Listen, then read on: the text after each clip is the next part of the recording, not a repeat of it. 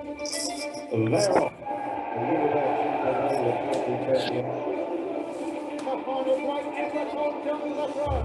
Effort on to the front, and she's not for captain. Driven out by Barry Garrity. Effort on to the captain hurdle. A jumping exhibition from Politolo. He's run a ragged this afternoon. He jumped superbly. A successful run. A first festival victory. The champion takes Politolo. Mid picks up well, a big jump. Mid from St. Terminal. Mid is hanging on. Grimly to win the ride here. The final point of the Slayer hurdle. Liston no longer led by a minute and a half. And Liston that Oscar has taken the Slayer hurdle.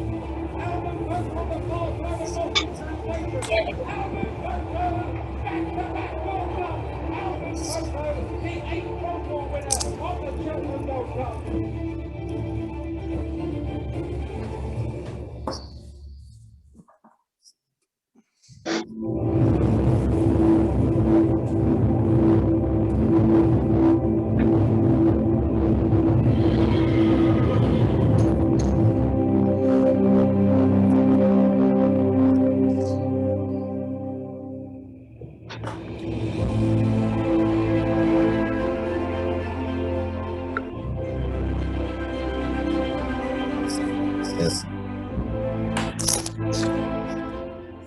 Welcome to Tipping Tube's Cheltenham Festival and our thoughts on this year's banker bets.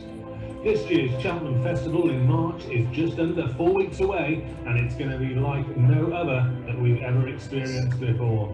It's looking increasingly likely that there will be no or very limited crowds at the Blue Ribbon event for National Hunt Racing. But as always, the betting markets have been lively ever since the curtain came down on last year's festival. And our team have identified for you 6 potential Cheltenham Festival bankers. This recording was made on the 18th of February, and the prices we quote are accurate at the time of recording. So let's crack on. First up, on day 1, the Tuesday, it's the very first race of the festival, the Supreme Novices Hurdle. The banker is appreciated at around 7 to 4. Reasons to be confident. The 7-year-old gelding is unbeaten in 3 hurdle starts, including last time out at Leopardstown. He's been placed at the festival before, finishing behind Fernie Hollow in the champion bumper last year. He's trained by Willie Mullins, who's trained the winner of the Supreme no fewer than 4 times in the last 10 years.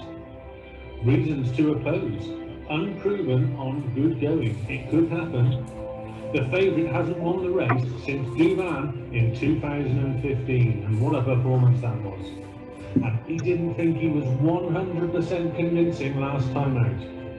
The Tipping Tube verdict.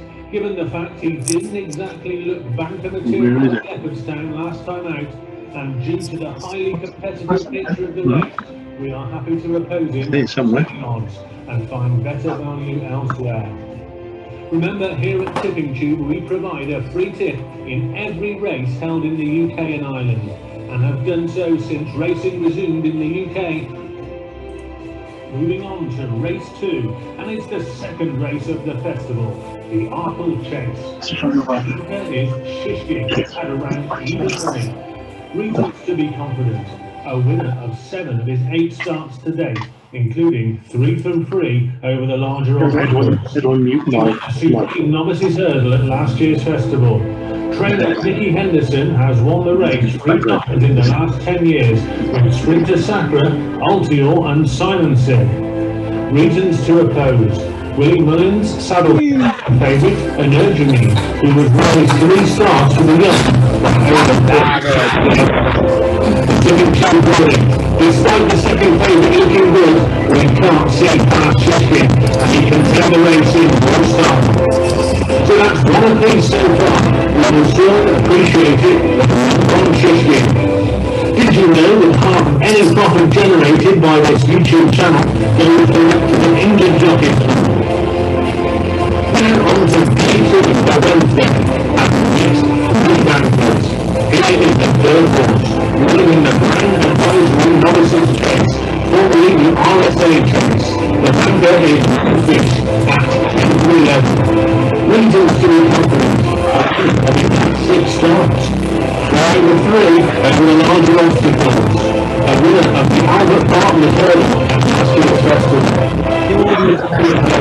Only one slight reason that he was only in next in the latest exhibition in the Albert Bartlett last year, so the tables could be turned. The tipping tube verdict. Well, he couldn't really find any real reason to oppose the 7-year-old, owned by Susanna and Rich Richard, and he is a confident selection. So at the halfway stage, we are recommending both Chisholm and Rofish, and are happy to take on Appreciated. 2-1, favourite bankers. Now on to the fourth banker in the big race on the second day, the Queen Mother Champion Chase. The banker is Cheltenham at 10-11. Reasons to be confident. A winner of 6 and 7 starts to date for Taylor Williams. In Britain, last 2 starts. Won his last 4 starts by a combined distance of more than 35 minutes. Reasons to oppose. Unraced at Cheltenham. Running against better opposition. The tipping is relevant. We are happy to look elsewhere. And certainly back in the course who was unproven at the track and was not down points. So that's 4 bankers looked at, and the score is 2 apiece. We're happy to oppose both Track and Coursoir and Appreciated, but we're equally happy to be tracking Chisholm and Rofish. Can we get a rate or a bit at the level? Don't forget to subscribe to our channel for free bets every single day. Tipping Channel is the home of Game Prize Races. Right ago, there's one more banker on the second day, and it's in the Champion Banker. The banker is Cheltenham at 6-4. Reasons to be confident. Also active left hand last time through Dublin Racing Festival, winning by 12 lengths. Showing that Willie Mullins has won the race 6 times this century. Reasons to oppose. The last 5 wins trained by Willie Mullins were not the supposed star of the yard. Was the last run at Leopardstown last time out too good? The race is ultra competitive at Cheltenham, each course open to any amount of tipping tube verdict. He was outstanding. Love it. But we will not have short odds given the fact that it will be a very hard race. We're happy to look elsewhere, perhaps with the yard's other runners for a better value bet. So with 1 banker to go, we're happy to oppose 3 of the 5 bankers discussed so far. Day 3 on Thursday is the 6th and final of our banker bets. Running in the Marsh Novices Chase, the banker is Envoy Alain at a rate of 5-6. Reasons to be confident. The 7-year-old has won all 11 starts. Yes, he's won all 11 of his starts today. He has won twice at the festival in both the Ballymore Novices Hurdle last year and the Champion Bumper in 2019. Trainer Gordon Elliott has won the last 3 renewals of the race. Reasons to oppose. In all honesty, we can't find any. The tipping tube verdict, and you wouldn't be surprised in this, although he is likely to go off odds on, he does look bomb-proof to us and will make a great addition to any multiple bet you may make at the festival. So there you go, the prospects of 6th Festival Banker, the 2021 Cheltenham Festival. And we'll be avoiding 3 of them and backing 3 of them. So it's an honourable draw. In fact, if you put the 3 horses we recommend into a treble, that'll pay out at around 6-1. Remember, it is Cheltenham, and let's see what happens, shall we? Good luck for all your bets at this year's festival, and remember to subscribe to this channel for free tips every day. Bye for now.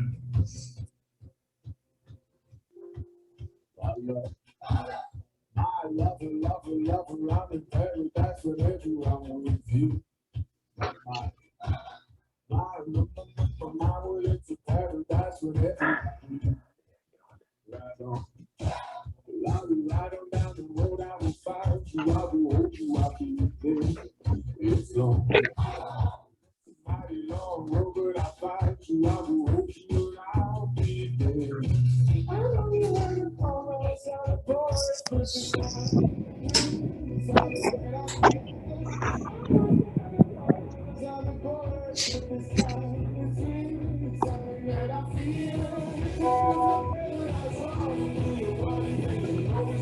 Damn it.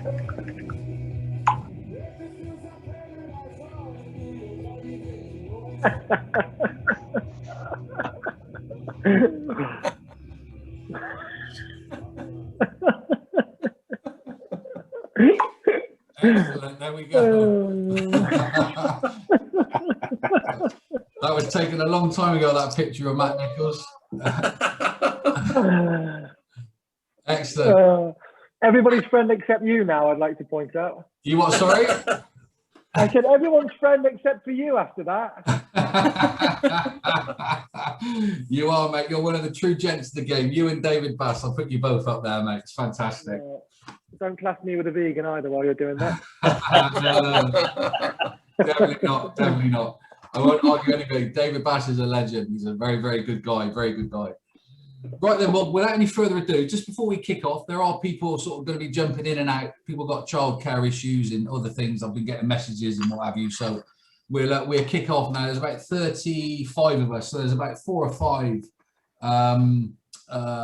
to join us in the next sort of 10-15 minutes. But we've got Ollie Murphy joining us at 7, so we need to crack on with the warmer pack. So if we can start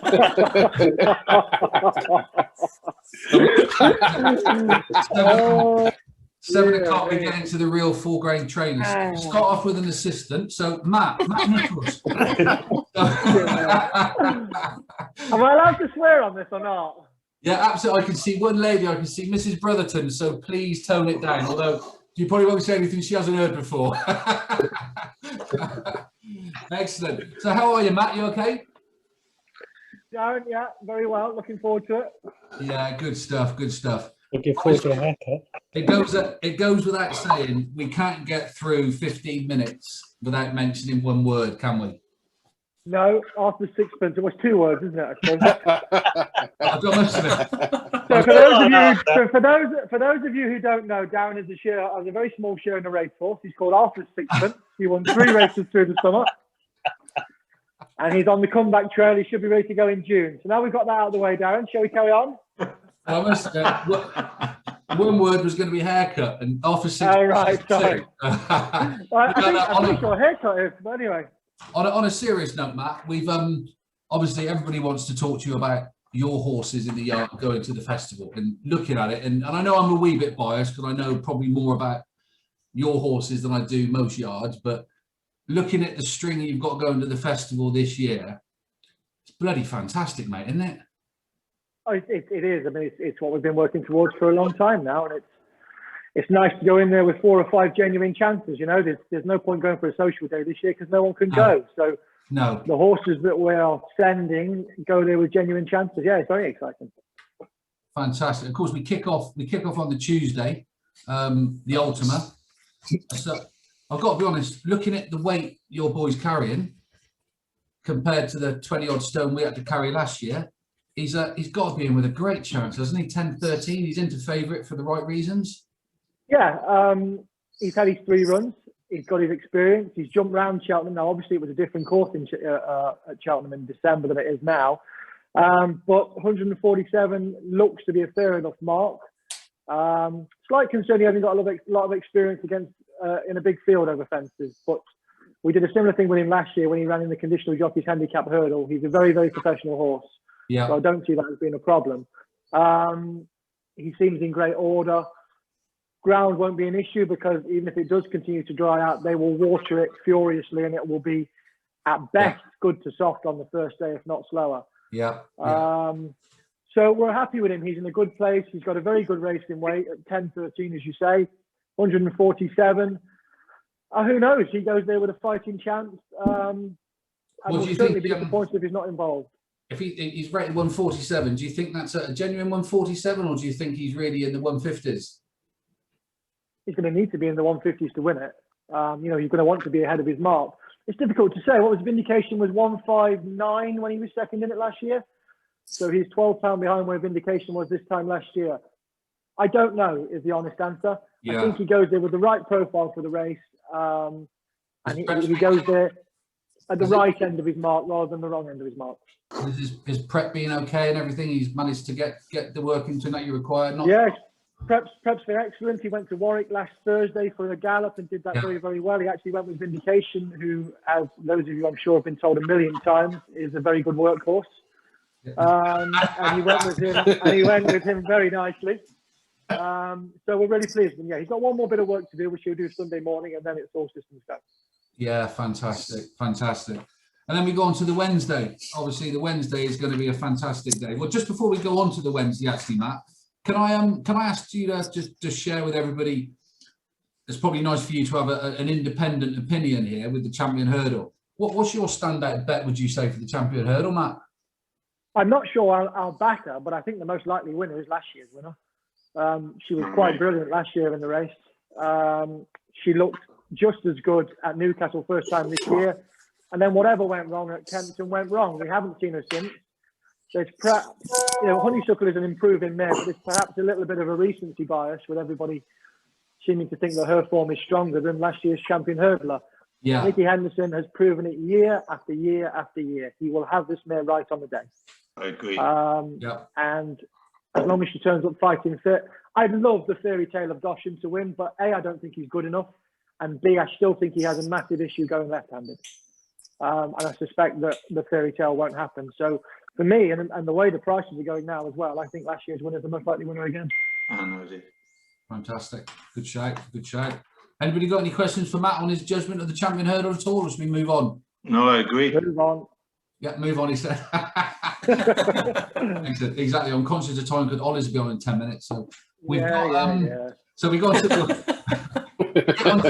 get on to the Wednesday then. Obviously, we've got first flow. We'll say we. I say we as this is a royal we, Matt, don't I? But the Arts got first flow going on the Wednesday. Obviously, a fantastic result recently for the Grade 1. Major coup for Kim, you and everybody connected. First flow going in against, I won't say the big guns because first flow is a big gun now, but what do you think of its chances, really? Well, I mean, if you think that the form of the Clarence House, he beat last year's champion chase winner 6 lengths with the King George runner-up back in 3rd. Yeah. That sounds pretty solid to me. Yeah. The slower the ground, the better, although he doesn't have to have it bottomless. There's a slight concern of him going left-handed, of course, but he's improving. He goes there at the top of his game. Yeah. And he deserves to take his chance. Now, whether you can be quite as attacking as we were at Ascot round Cheltenham is a different matter. And it might be that Ascot is his sort of home turf, you know? Yeah. But he's in great order. He goes there improving at the top of his game. And again, you'd like to think we'll be in the 4. I can't see why Politolog should be a shorter price than he is because we beat him fair and square on the day.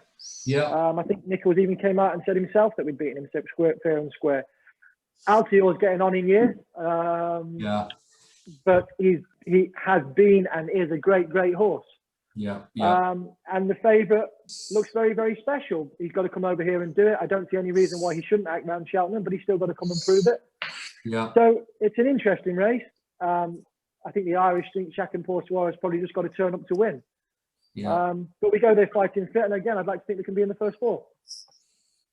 What's your view, and good luck as well with first flow, obviously. But what's your view in terms of the cross country race, Matt? Do you ever get involved in that from a point of view? Yeah, the thing I love about the cross country race is the bars are empty, so you can go have a few pints.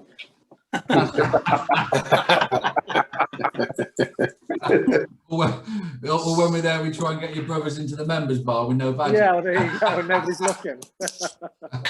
Excellent. Okay, so we're not going to get a tip at you for the cross country then. I couldn't even tell you what was running him. No, I'm afraid. Sorry. Could be vindication next year. So we move on. So we move on to the Thursday. The Thursday is obviously the best day of the festival. We all know that. It's got one, if not 2, of the biggest races and the best races in the racing calendar. I don't know. I'll argue with anybody on this call when I say that. We've obviously got the Ryanair, which is a fantastic, like Matt, fantastic warm-up act for the real deal at 3:05 on Thursday. But if we start off with the Ryanair, obviously you've got Imperial Aura going in. Forgetting what happened at Kempton, that was just a freaky event. And thank God nothing came out of that bad for Aura. Going into the race now, Matt, how confident are you guys feeling at home about what's being thrown up against you and where Aura is in the plans, really? I mean, we're absolutely delighted with him. Couldn't be happier. Obviously, his prep was a disaster, but I think it was a one-off. The horse is a fantastic jumper and always has been. Yeah. He has done a ton of schooling since. He's had a racecourse school which went very well. He's had a racecourse gallop that went very well. So the jumping isn't an issue. He's got a bit about him. You know, he doesn't always concentrate. If you look when he won the novice handicap last year, halfway up the run, he pricks his ears and looks at the van on the inside. So he has to go and prove he's a Grade 1 horse, but we've always believed him to be, and we certainly wouldn't swap him. Of the opposition, you know, Min isn't getting any better. He's been a superstar, but he's not getting any better at 10 years old, and he comes on off the back of a complete blowout at Leopardstown. Mellon is the perennial bridesmaid, and he would be the one that frightens me most, to be quite honest. Yeah.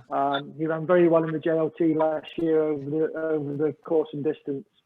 I don't think Alloa, well, at this stage, Alloa, who will go off favourite, again, hasn't got the form to be quite at this level. He ran a big race in last year's Sun Alliance without staying, and I actually backed him for this year's Gold Cup because I just thought he was a big frame of a thing that might improve. But Willie Munnings has brought him back in trip. He was impressive last time. I think it was a Gorham, was it? But he hasn't beaten an awful lot over the fences. And, you know, we wouldn't swap him. I think that's the best way. We wouldn't swap Aura for anyone. Yeah, fantastic. Fantastic. Okay, mate. Well, obviously, we move on to the race of the week, if I'm honest with you, which is... Hurdle. And it is. We go in there with a great chance, you know. If you never call can go straight and not go right-handed, we think he's got a massive chance in this. Well, it's extremely rude to interrupt the host then. I was on a roll. I've been practicing that for 3 weeks. Sorry, go on. Why don't you tell us about the Stayers Hurdle? It'll be more interesting. Well, I think the Stayers Hurdle will be won within the first mile. Because I think Vindication will murder them, bully them, and take apart their finesse and their prima donna attitudes. And I think Bassi will take it up from the front. I think it'll be a mile in, he'll take it up. And in honesty, if they're good enough, they will beat him. But it would be a case of come and try and go past me if you can, really. So that's all I'm going to say on it. And it's 70-1. I'm over the moon with the price we've got. So, but over to you, Matt. You obviously know more about him than me. So how did he look this morning on the gallops? Yeah, look, he's in great form. He's had a racecourse gallop, which we missed out on last year. The ground was so heavy at Newbury, we couldn't take him. And arguably that might have cost us after the last one. He had a bit of a blow. So he was away at Warwick last week. He's going to go to Lambourne Sunday morning to have his final bit of work. You know, he can jump fences, but to win a Gold Cup, you have to make ground over a fence. And it always just seems a bit of an effort for him to get from A to B over fences. He was a very good hurdler. He was very progressive. On his last run, he won the listed novice hurdle at Huntingdon in very good style. And that year, I genuinely believe he would have beaten Sam Crow. And I think, being as Sam Crow has now proved to be not quite the second coming everybody thought he was, I genuinely believe we were on a roll that year and we would have won. And if we are still that good over hurdles, and there's no reason to believe that he isn't, then we should be in with this shout. I mean, the front of the market, Tyne Hill and Paisley Park, our other runner, You Never Call, wasn't that far behind them at Ascot. And I just think on latent ability and what we see at home, that puts Vindication in there with a really, really big shout. So fingers crossed we have a clear run with him for the next 10 days. And again, I'd like to think he goes there with a really good shout. Yeah, fantastic. Cheers, Matt. That was very genuine. I think that's the most sensible chat you and I have had in 3 years about Vindication. Probably was. That's because you listened, Darren. Yeah, exactly. I actually let Matt get a word in. But it's quite interesting. I'm sat here watching you talking. I'm looking at Ian Brotherton, who's obviously also involved in Vindication with me. And he sat there, he's nodded his head, and he's agreeing more with you than he is with me. So he obviously believes you more than me when I say he's going to win 8 lengths and try and get a bet with Betfair on the winning margin. Don't worry about the price. Excellent. Well, if we finish off then, Matt, if we can, because I know Ollie's now in the waiting room, so I need to let him in a minute. But we've got the Gold Cup to obviously talk about on Friday. What's your view on the Gold Cup, Matt? What do you think? Do you think Alboom can do a best mate, can do whatever's 1 or 2 horses before him have done, or do you think there's going to be a new pretender with Champ? Well, do you know, if you'd have asked me 2 weeks ago, I'd have said Alboom Photo would win it hands down. We know that horses can go back to the World Gold Cup and win it year after year after year, but For some reason, Albert Bartlett is the most underwhelming Gold Cup winner there's ever been, and I don't know why he hasn't caught the public's imagination. You know, whether it's just because we don't see him very often, I'm not really sure. But up until 2 weeks ago, when I saw what Champ did over 2 miles around Newbury, I thought he was a good thing. Champ was, I thought, very, very impressive to show that sort of speed in a top-class race for 2 miles. We know he staged from last year's Sun Alliance. Yeah. If he gets into a rhythm early on and isn't too keen, I think Albert Bartlett has got a real race on his hands. I cannot see anything out of the top 2 getting involved. I think it's between the two of them. I really do. It takes a good horse to beat Champ as well, doesn't it? It does. Fell into that. You heard it here first, everybody. Matt Nichols agreed. It takes a good horse to beat Champ. just before we let you go, Matt, and everything else, I'll just welcome Ollie. Ollie, good evening, mate. Hey guys, how are you all doing? Yeah, I'm good. Are you okay? Yeah, good. Thank you very much. Good, thanks. Fantastic. Thank you very much for joining us, Ollie. Pleasure. Yeah, Matt, and Matt, on a serious note, thank you very, very much for joining us tonight. I know you have got a busy schedule, etc. You all have involved in doing what you do, so I really appreciate you giving up a bit of time tonight and having a bit of banter with everybody, Matt. It's helped make a few quid for the Injured Jockey Fund. Hopefully, with the current restrictions we're all living in as well, it's just a little bit of banter for everybody, all like-minded horse racing people on the call. It's really appreciated, Matt. So thank you very, very much for your time, mate. Pleasure, Darren. I shall hang around for a bit. Yeah, cool. You're more than welcome to it. Has anybody got any questions for Matt before we move off? If you have, put your hand up and we can turn the mics off and you can have 2 minutes of airtime with Matt Nichols. Yeah, we got Stu Ballantyne down here. Stu, over to you. All right, Matty. You made us a fortune on the Friday last year. Although I think we all left a little bit leathered at the end of the day. What's your best bet for the rest of the festival, mate, apart from Kim's horses? I think sometimes, as we were saying, it pays to stick to the obvious. And I think Shishkin and Monkfish, I just cannot see either of them getting beat. So it's all well and good everybody trying to put up 25-1 winners, but they don't often happen. And I would be going down the lines of those 2 novice chasers. I think the Arkle will be set up perfectly for Shishkin. You've got 2 front runners in Ergumin and All Mankind. And as we saw in last year's Supreme Novices, Shishkin will have the boot to travel. He jumps excellently and he'll finish strongly up the hill. As for Monkfish, he just looks, if he jumps around, I can't see what can beat him, to be quite honest. Yeah. So I don't really see any point putting up big price winners if you can, if they're not there, and they would be the 2 obvious ones of the week for me. I've got 33-1 on Forest staying up as well, Matt. So we'll I wouldn't count your chickens just yet. Look at that. We haven't even got Ollie involved and he's smiling at a football bet already. As I say, Matt, on behalf of everybody on the call, thank you so much for your time and a bit of banter, mate. Really appreciate it. Thank you. Thank you. Cheers, Matt. Cheers, mate. Cheers, mate. Thank you. Good evening, Ollie. How are you? Hi, lads. How are we doing? Okay? Yeah. How's your day been? Okay? Yeah, no. Anyway, I didn't train a loser anyway. I didn't have a runner. So, yeah, we had a good day. I must admit, I was looking at your numbers earlier just to update it. And I can see you're, when I prepared this on Monday, you're on 56 and now you're on 57 winners. Is that right? Yeah? They had a winner yesterday in Taunton. So, kept the ball rolling, as they say. Yeah, good stuff. Good stuff. How's everything at the yard? All good? Everybody good? Yeah, Noel's good. Listen, we're in the same boat as everyone else, really. We've managed to stay good. We're one of the more fortunate yards that we're full of horses, and we've got plenty of people around the place that wanted to support us. So no, we've been lucky. Yeah, fantastic. Just I didn't ask Matt because obviously I've got some involvement up at Kim Bailey's, but from your point of view, Ollie, how are you finding it with the restriction of owners not coming in? Does that big void leave a big gap in the yard, or does it? And be honest, does it allow you to get on with more of the things you like to do between sort of 6 and 9 every morning? Why could you not ask me that, Dan? I would have given you a brilliant answer to that. Matt, you've had your moment. We're on to Ollie Murphy now.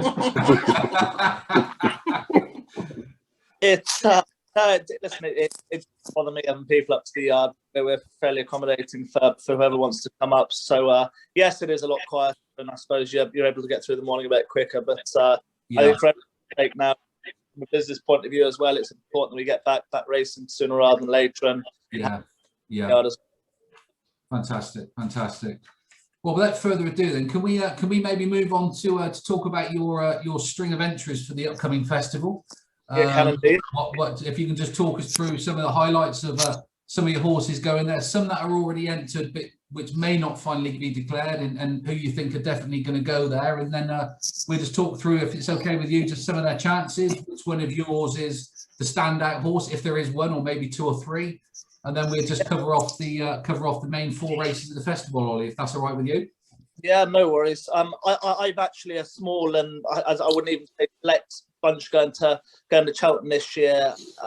My novice hurdlers didn't work out as well as I thought they would have done at the start of the year. So I'm not taking too many horses there that are going to go and have a social day out because owners won't be around. So I'll run 3 or 4 horses there for the week. They'll all be double figure prices, but they just might run okay at a decent price.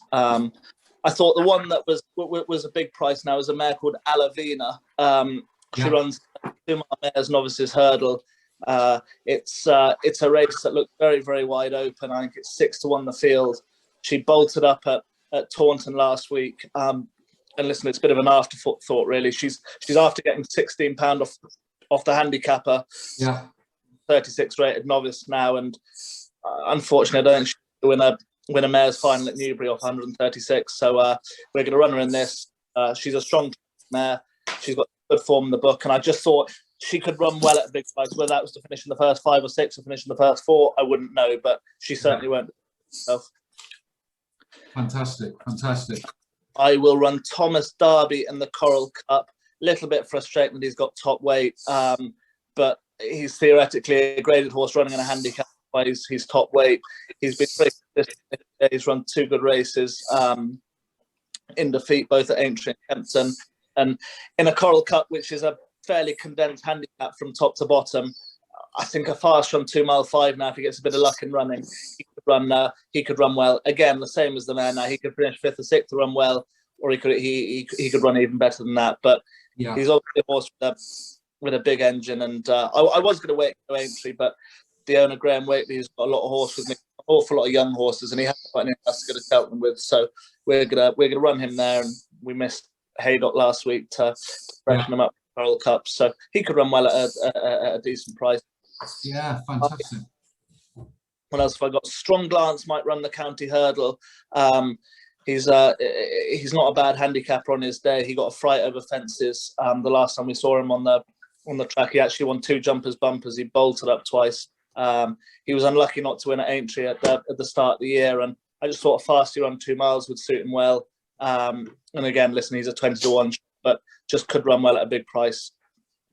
I've odds and sods, lads, then in a few handicaps. I'm not going to run it in graded races. They're not worthy of being that. I'm going to freshen them up and go to Aintree with them where they would have each way chances. Bring up a stronger, straight, itchy feet is down doing some intense schooling. He's going to be. And then, listen, I've got some novices there, which I don't think Cheltenham would have been their track, and they probably wouldn't have been good enough to go. So they're going to have to win in the meantime to warrant going to Aintree. But I'll have 4 or 5 runners in Cheltenham, and listen, if a couple of them run well, I'd be delighted. I'm a realist. Some years you have a good bunch, and some years you have a mediocre bunch, and I have a lot of young horses at the moment that just aren't quite ready to be going. And Brewing Up a Storm came out of last weekend, okay? Yeah, he's come out pretty well. He'll go straight to Aintree for the 2.5 mile grade 1. So he's got his mojo. It was very impressive in Fontwell, and very impressive. Yeah, very, very impressive. Yeah, what did you make of the race in its entirety? Dan, I know we're not talking here to talk about Fontwell, but how did everything go? I don't think a lot really went right for us, really. He got a bad bump at first, and he ended up having to go around last. And Fontwell's obviously tight, and they didn't go very quick. And and it was a messy old race, and we were in front a long way out, which wasn't ideal. And listen, McFabulous made a bad mistake as well, and probably wasn't on his A game. But I think the way we won, I don't know, made any difference now what way McFabulous turned up. I don't think could have beaten us on like last Sunday. I thought good. I think as the Aston Villa manager says, mate, you can only beat what's in front of you, can't you? Exactly. Keep playing that. Just whilst everybody's hanging on your every word about Cheltenham, do you think Villa will make Europe this year? Oh God, I just worry when they haven't got Grealish on the side now. There's another 2 or 3 tricky games coming up before he'll be back, and yeah, it's tough. I'd say they'll probably finish. If they finish top half now, it's obviously a very successful. You're all about next year. And do any of your connections at Villa, do any of your, like the board, the manager, or any of the players or anything? And you're not obliged to answer this, but has anybody got any involvement in horses with you in training, Ollie? They actually haven't at the moment. Back when we were a championship side, they all seemed a bit more obliging to. Excellent. I did. John Terry, Glenn Whelan, and Tommy Elphick were all involved in a horse there a few years ago.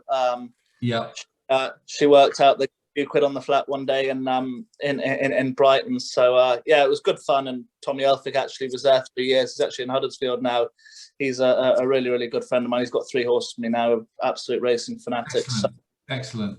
Yeah, and Dean Smith, he came up to the yard last year, and he'd like to drop your text on the way to a game and see if he had a winner. So yeah, he enjoys his racing, likes going to Cheltenham, and a real good fella.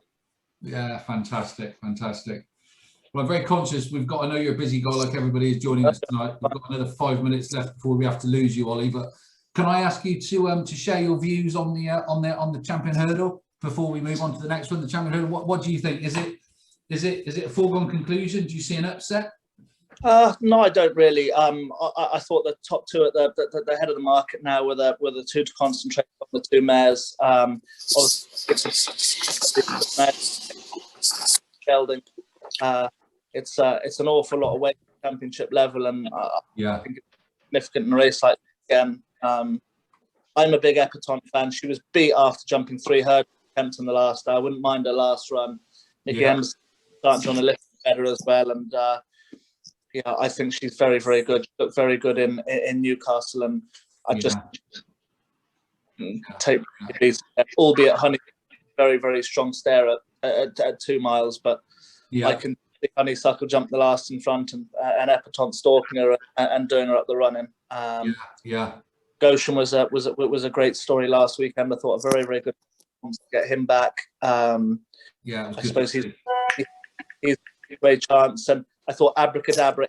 If the ground wasn't very, very soft, and it was good to soft ground, the better the ground, the better he is. He just might run well at a big price, but I can't make a lot of a case for anything else in the race. Not a bad shout. We were talking to Matt earlier, and he's of the opinion the ground could be good to soft. Really good, proper sort of national ground. So perhaps Abracadabra could be a good each way shout there at 12s. Well, he was 12 2 days ago. I don't know what it is at the moment. It would just surprise me if he. Yeah. Moving on to the Queen Mother Chase on the Wednesday. Have you got any thoughts on that particular race, Ollie? Yeah, I think the favourites are chewing here, lads. Very boring. I know he's odds on, but I think he certainly wants to be putting in an accumulator. I think LTO running Iron Air, not a champion chase, and I'd say if Nicky Henderson got it, he probably would be running in the Ryan Air. Uber Negra, I don't think done a lot. As was tempting the last day, but LTO was beat after he jumped 1, and I just thought there were a lot of graded horses that finished side of them that wouldn't be cited in a grade 1. This is a very good horse, champion chase. No, I can't. So yeah, I thought the favourite was going to take an awful lot of beating, and something daft would have to happen for him not to win. Yeah, fair shout. And then we move on to the Thursday, which I think, Ollie, I don't know if you caught when you joined it, but I think Thursday is probably the best day of the festival this year. Yeah, it's fascinating day, isn't it? Day. And I think some wide open betting heats as well. I thought the Ryan Air, one of the trickiest races of the week. I thought you could make a case for 4 or 5 horses in the race. I've done a few of these previews now, and a lot of people seem very sweet on St Calvados. Very with the form. He did stay 3 miles in Kempton and just back to 2.5 and coming here a relatively fresh horse now on a bit of slightly nicer ground. Just playing to his. I don't know if Matt's still here. But I actually did hear all that last night. he hasn't had he hasn't had an ideal preparation. Kim Bailey that have flown all year. He's looked very, very good before he had his little mishap now at Kempton, and solid. He's got course form, and yeah, the only thing that the last day he ended up having a little mishap that was very early on in his race, and he's going to come here a fresh horse. Obviously, didn't get a hard race in Kempton for having a little mishap, and I thought he was going to run very, very well again. I've been very impressed with him all year. So yeah, I'd love to see him win as well. Be a very good. Fantastic. And on the Thursday, in terms of the obviously there's all these other little races, but then we've got the Stayers Hurdle, and we've got obviously Vindication running in the Stayers Hurdle. Can I ask you a direct question, Ollie? I'm going to look you in the eye. Yeah. I know that you do like this horse, but do you think Vindication has got the makings to win the Stayers? Big ask. I would be no one to question Kim Bailey if he's going to run him in this race. He's obviously a very good horse in his day. Obviously reverting back to hurdles and slickness and whatnot through a championship race is going to be important for him. I thought it was a very, very, very warm renewal. So listen, he's going to have to turn up his A game. But as I said earlier, Kim of course have been in good form. Yeah. And it'd be great to see him run well at a big price. Yeah, fantastic. I can't ask any more than that, Ollie. Thank you. You made my day, mate, so far. Brilliant. So yeah, no, listen, fingers crossed and very best of luck. But I thought it's the away from Vindication. I thought from a punter's point of view, it's round 3, isn't it, for Tyne Hill and Paisley Park? Yeah. I thought Tyne Hill was probably an unlucky loser in the Albert Bartlett last year. Whether Dickie would have loved the lead a little bit longer now in Ascot the last day, I don't know. But then Paisley Park did very well to come from where he came from to win. So it's going to be fascinating. It's going to be a really, really interesting race. And I thought the two of them would really serve up to each other. And I haven't got a strong opinion on the race. I would love to see your lad turn in and give you all something to cheer. Well, if he does, I'll certainly be ringing him. We'll have a drink when the lockdown's finished, Ollie. Hold me to that. And just one last note for all the people on the call here. In terms of the Gold Cup, do you think Alboom's capable? Do you think Champ is just too good? Just has the most unappealing profile. I think that's why everyone gives him no credit. That came across earlier on. I wasn't on, but to say he has the most unorthodox prep for a Gold Cup is an understatement. He literally has his prep run track with worse than glorified point-to-point in Tremor. You literally run past a council estate down one side and up the hill the other side, and you're looking over and you see it. It's the most extraordinary place you've seen in your life. And for Willie to run him there would be very unusual. You usually wouldn't see a high-quality horse go there. There's one good race there a year, and it's on New Year's Day, the race he runs in. But it would be an ordinary track that attracts ordinary horses. Hence why he has a very strange program before the Gold Cup. But it's worked for him, and absolutely it's worked for the last 2 years. And he's going to go there to defend his crown and try and win a third Gold Cup. Champ again had a funny prep going from 2 to 3 mile 2. Listen, I'm not saying he won't stay, but he'd want to relax now after running over 2 miles to stepping up a mile in the quarter. He'd want to relax through the early part of the race to make sure he sees his race out well. And yeah, I thought there were a lot of horses in the race that you couldn't make a case for. There's not such thing as a bad Gold Cup, but I thought the favourite was one they all have to beat. Yeah, fantastic. A lot of nodding heads. You're completely mad, and I've been on the drink all night. He could pull up, but if Nicky Henderson puts blinkers on Santini, he could run very well. You'll think I'm mad. He's 40 to 1. If he puts blinkers on, he could run very well. I think if he hasn't got blinkers on, I think he'll pull up. But yeah, I just think a set of blinds now just helps travel early. And I'm not a massive fan of the horse, but I just have a day where he'll surprise everyone and have a big pair of blinds on, and he'll upset the apple cart. And whether that be in a Gold Cup or round Aintree or where, got a big day in him somewhere when blinkers get fitted. Oh, fantastic. Ollie, thank you so much for your insight into everything. Thanks for the review of your horses going to the coming festival as well. I know I speak on behalf of everybody on the call here, Ollie. Hope all your horses go and come back safe, and hope you have a memorable week and a safe week. And all I can say, Ollie, is thank you so much for giving up sort of 15-20 minutes of your evening on a Friday. I've probably got better things to do than talk to me and my mates, but thank you so much, Ollie. We've actually managed to raise £2,645, Ollie, for doing this tonight, so thank you. Great job, and listen, great job, lads. And if after lockdown I don't have to be on this call, if you want to organise a day to come up to the yard and have a coffee, look round, you're absolutely more than welcome to. Yeah, leave that fantastic. You'll probably see a minibus pulling in around June, July. All the jumping out, mate. No worries. Ollie, take care. Stay safe. Look after yourself. Good luck with the festival. Thanks, Ollie. Take care, lads. Bye now. Bye. Bye. Right, we've got Mr. Franken waiting, so hopefully he'll join us. He's been sat very patiently. Here he comes. Good evening, John. Good evening, John. How are you? Very, very good. Can you hear me all right? Yeah, fantastic. We can see you, we can hear you. It's all working perfectly well. I'm not sure whether that's any good or not. Thank you for everybody that's contributed this evening, for the Injured Jockeys Fund and for Darren getting it all going. You're a good lad. Cheers, John. I appreciate that. Thank you very much. We've managed to get to £2,650, mate. So fantastic effort. Yeah, 3 weeks. Well done. Let's hope you get some winners out of it. Yeah, fingers crossed. This is where you come in. Excellent. Well, obviously, there's a couple of questions. A few people have got a couple of questions that they've got to ask. Aaron's speaking. But yeah, so what I'd like to do is just start off really with the festival now this year being being conducted behind closed doors, no fans. We've seen what the professional golfers have said. We've seen what the footballers and the rugby players have said, etc.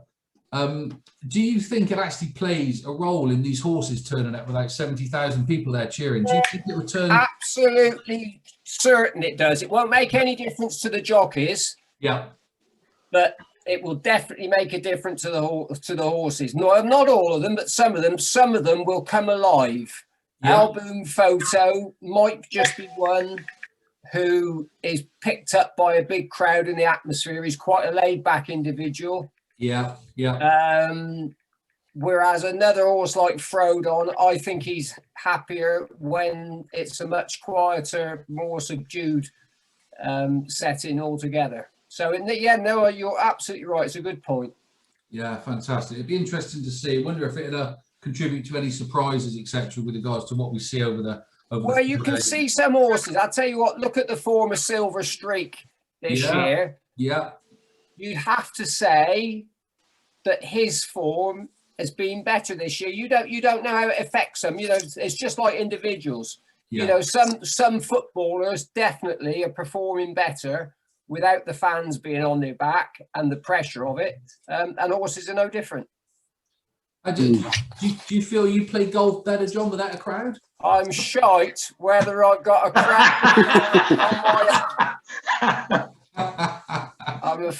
I'd like to say different, but it's not. You must never kid yourself in this life. Excellent. Well done, John. Well done. Well, what I'd like to do is, whilst we've got you, I know your time's precious, and I know everybody's really grateful for being able to see you and enjoy your company for 15 minutes or so. So, can we just work our way through the 4 days of the festival? You know, as you've done loads of these over your years, John, I'm sure. So I've done loads of them with varying degrees of success. Well, perhaps now I'll tell you what. The best one. Listen, Darren, I'll tell you what I do know about this. Anybody got any questions to ask me? That's absolutely fine. Yeah.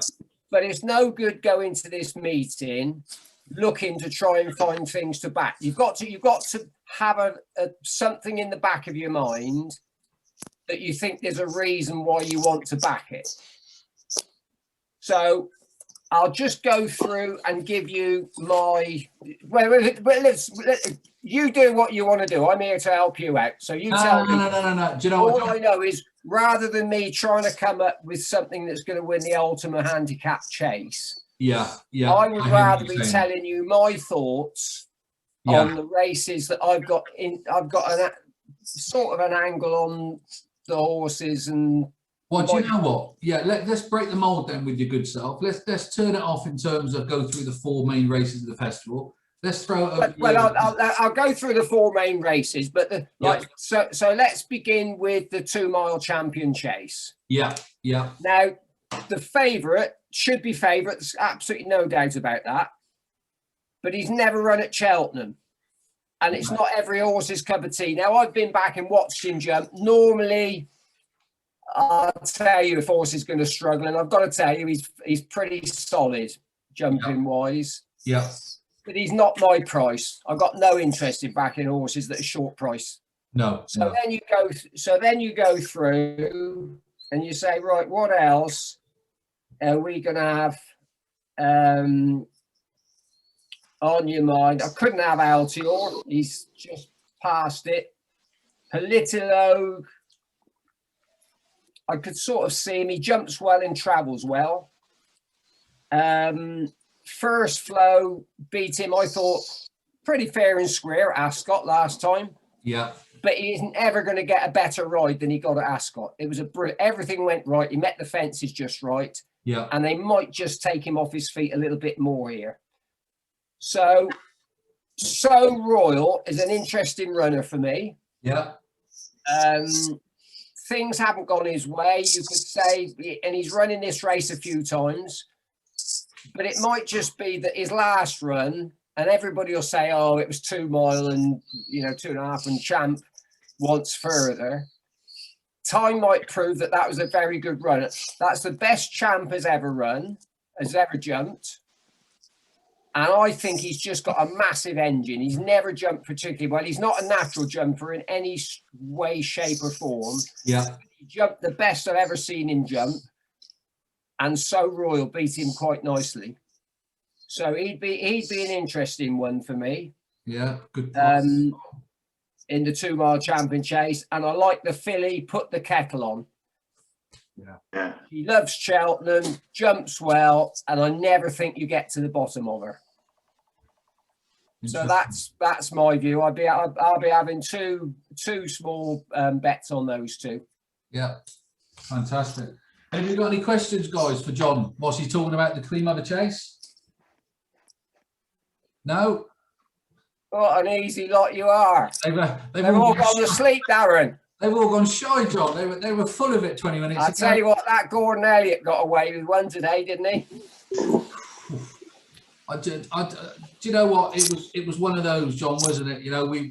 Nobody wanted to speculate what could come out of it, etc. But 6 months, fine. What really? I wasn't going to touch on it. I wasn't going to bring it up and what have you. But there's one clip that I've seen this week which was really struck a chord, and you may have seen it. Was Mick Fitzgerald the other day on Sky Sports Racing.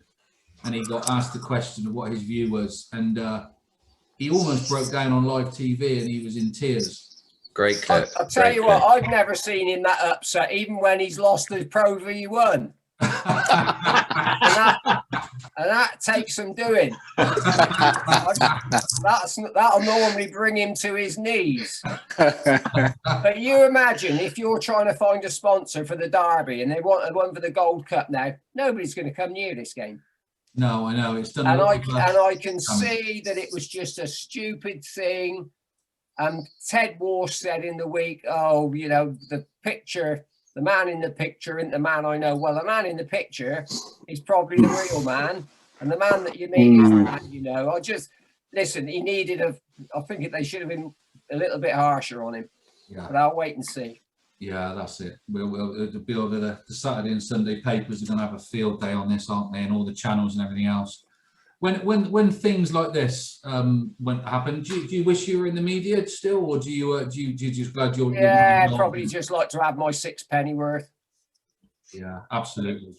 They let people off too lightly, a lot of them. Yeah. But anyway, let's move on to the horses. Yeah, let's move on, because there's one race I do want to pick. Obviously, I respect everything you've done in racing, John, as you know, and everybody else on the call does. And I know you're not a big fan of people, as you said on the golf course that one day, blowing smoke up your ass. but your view on the Stayers Hurdle this year. Can I ask your opinion on what you think will happen in the Stayers Hurdle? Well, the first thing that you've got to take into consideration is that Emma Lavelle's horses have never run so consistently in any season since she's been training. I can't ever remember it. For somebody who spent plenty of money on horses, she's had a fairly moderate time of it until this year. Yeah.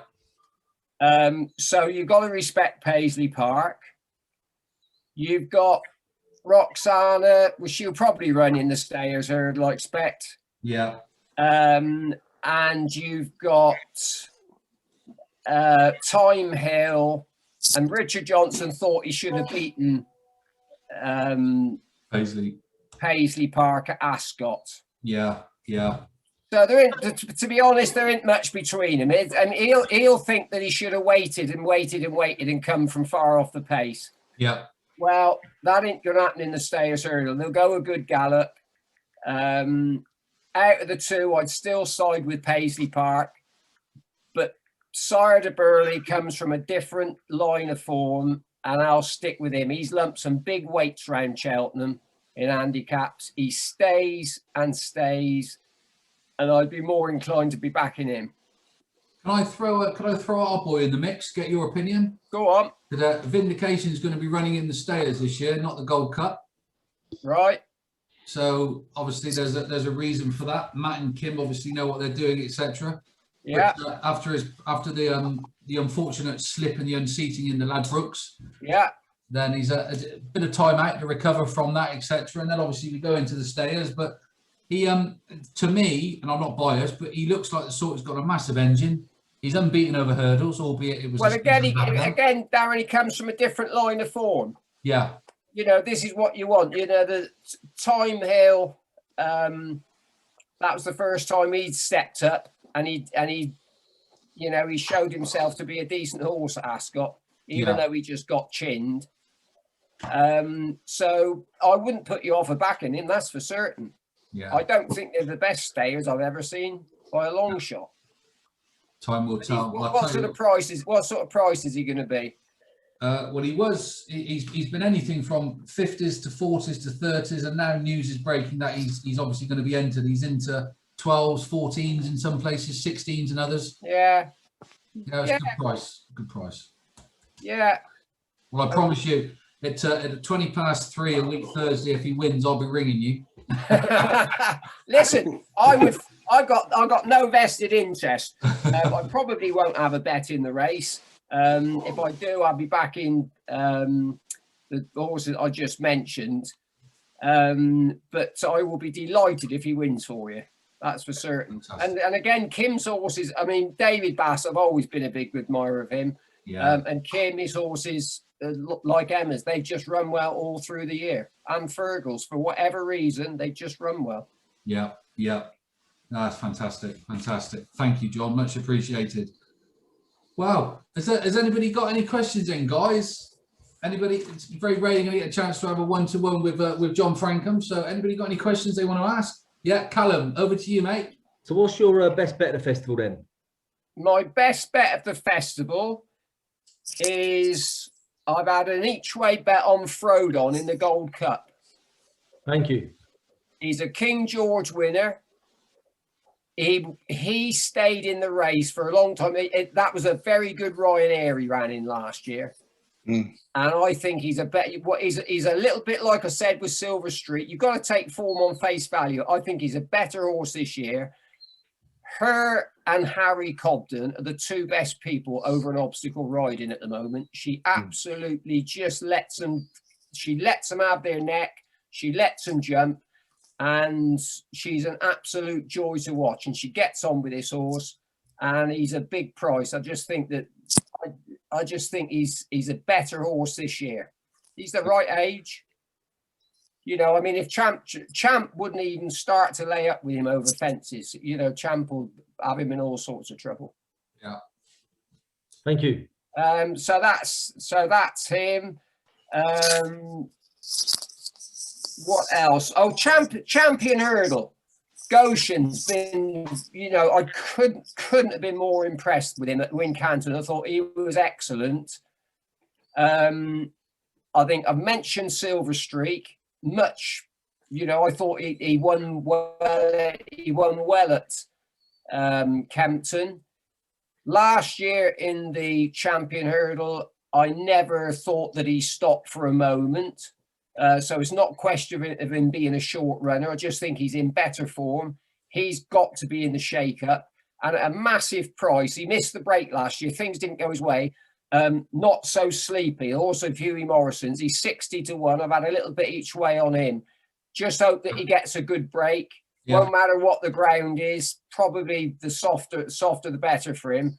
But he's a better horse than we've seen, and certainly a better horse than he ran. He's had a couple of runs and he's run moderately round there, but he's not a forlorn hope, that's for sure. That's it. Can I throw this in the mix, John? A couple of people are messaging me whilst we're talking to you here on the call, and you had Venetia Williams, Royal. I'm not sure how you pronounce it. Royal Pagale. Yeah, that was just off the charts at Haydock. But what do you think about this? Is it a Gold Cup horse? Is it a bit too soon? Willie, no. Listen, if he's a novice, if they jump well, horses, they either jump or they don't. Yeah. What gets horses in trouble is when they're getting out of their comfort zone. Yeah. You know, some horses just struggle jumping, no matter what pace they're going. But it's the pace that they go in the Gold Cup and these races at Cheltenham that catches them out. But he's run on very soft ground. If it's soft on the Thursday, it might be, I don't know. He won't have a problem jumping. And I'd take my chance. So many horses suffer from injuries. I'd let him take his chance. Yeah. Yeah, fantastic. You know, he's run well enough. And what else? Ellie May, she'd be one of my naps. She runs in the chase. I fancy Min to beat Aloha. I thought he just looked a good horse. I know he pulled up last time, which isn't ideal, but God, he looked a good horse when he won last year. And it was a really good race too. Monkfish, you can't back him. He's too short, but I'm looking forward to seeing him. Been really impressed with him. And I hope they have a little bit of rain up at Kelso, because I fancy that Orcan who won at Warwick last week. He looked impressive to me. He runs off a 10 stone tomorrow. Brilliant.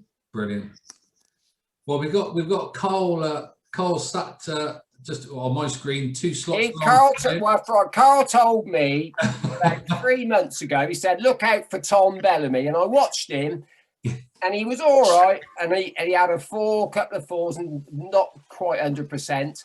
But him and young John Joe Jr. have improved a lot lately. And I was really impressed. He rode a winner today, looked really strong. Good lad to look out for. Keep on your side. He's a good lad. I've just been sent one question before we politely move on to Cole, John.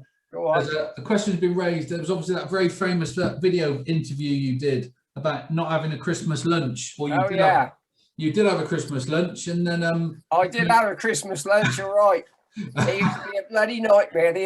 Over Christmas, the in-laws used to come to stay, and I'd be trying to get to sleep. The television would be bloody making the rooms and vibrate. They'd be on so loud because they couldn't hear it.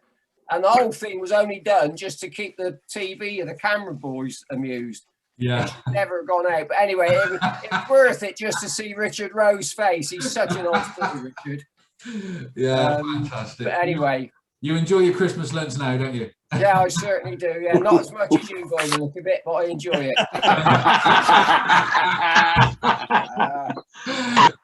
Top man. And on that note, John, you're anyway, I wish you the best luck. Good luck with Vindication. What's the nap for you boys? Go on, give me all a nap each.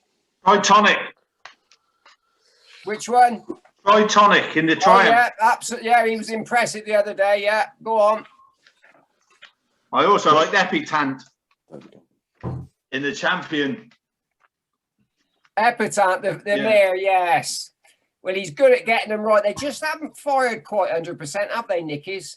No, but he'll get him ready for Cheltenham. Yeah, well, I hope you're right anyway. And I think Shiskin, he's odds on, but he'll beat the Irish runner. He's the Irish runner's not guaranteed to get round in my book. He's just a little bit leggy still at the moment. Yeah, might just get him at it. Anyway, very good to speak to you, boys. Thank you for your support. Thank you, John. And, don't mention any lost Pro V1s to Carl. He gets very emotional. Right. John, thank you so much for your time. Take care of yourself, okay? Pleasure. Thank you. Cheers, John. Boys. Thank you. Bye. Cheers, mate. Bye. Thank you. Right, Carl. Awesome. Excellent. What better warm-up act than John Frankham? Yeah, follow that. Yeah, there you go, mate. The pressure's on you now. Excellent. Well, with regards to what we've been doing, it's turned into, as you can imagine, just a very nice informal kind of natter, really. And I don't want to turn it into anything too heavy, but in terms of the entries you guys have got, if we can just go past Cheltenham, go to the Grand National, Bristol de May. Can we ask you about that before we get into the festival? Yeah, he's in great form. Yeah. Very pleased he's going for the national, and you know, I thought the race was always going to suit him. Yeah. Even though, you know, the ground, a lot of people think that he needs heavy ground. I think even on good to soft ground, you know, it won't be any quicker than that at Aintree. That he'd have a fantastic chance. He's a very, very good jumper, and his cruising speed for the national, I think he'll be in second gear most of the way. So even with that weight, you know, he's a class horse, and you know, he's obviously run well in Gold Cups and things. I think that the national will really suit him. I'd give him a great chance in the race. Yeah, it'd be fantastic. It'd be great to see Darryl getting him over the line, that's for sure. Yeah, it would. Yeah. So with regards to the upcoming festival, obviously you've got a string of horses obviously entered, not declared at this stage because we're a little bit too early on this evening. But in terms of what you've got lined up back at the yard with Nigel, etc., could you just talk us through the horses you've got going that potentially will definitely go and what your thoughts are, etc., Carl? Well, we've actually probably got our lightest team for many years. We normally have, I don't know, 15, 18 runners there, and you know, quite a few chances. But this year, through various reasons, we've still got a few entries, but we're going to have very few runners actually. Some of the better ones, you know, Riders on the Storm and Mossy Fan, Al Dancer. There's quite a few man going. Bally Andy, not sure if he's going at the moment. So we're actually going to have a very, very reduced team, and I think we're going to have very few runners really. Also, you know, I think as you can see, the entries are down this year, so there's a lot less people now having social runners. You know, which we used to have a few of those, as everyone does.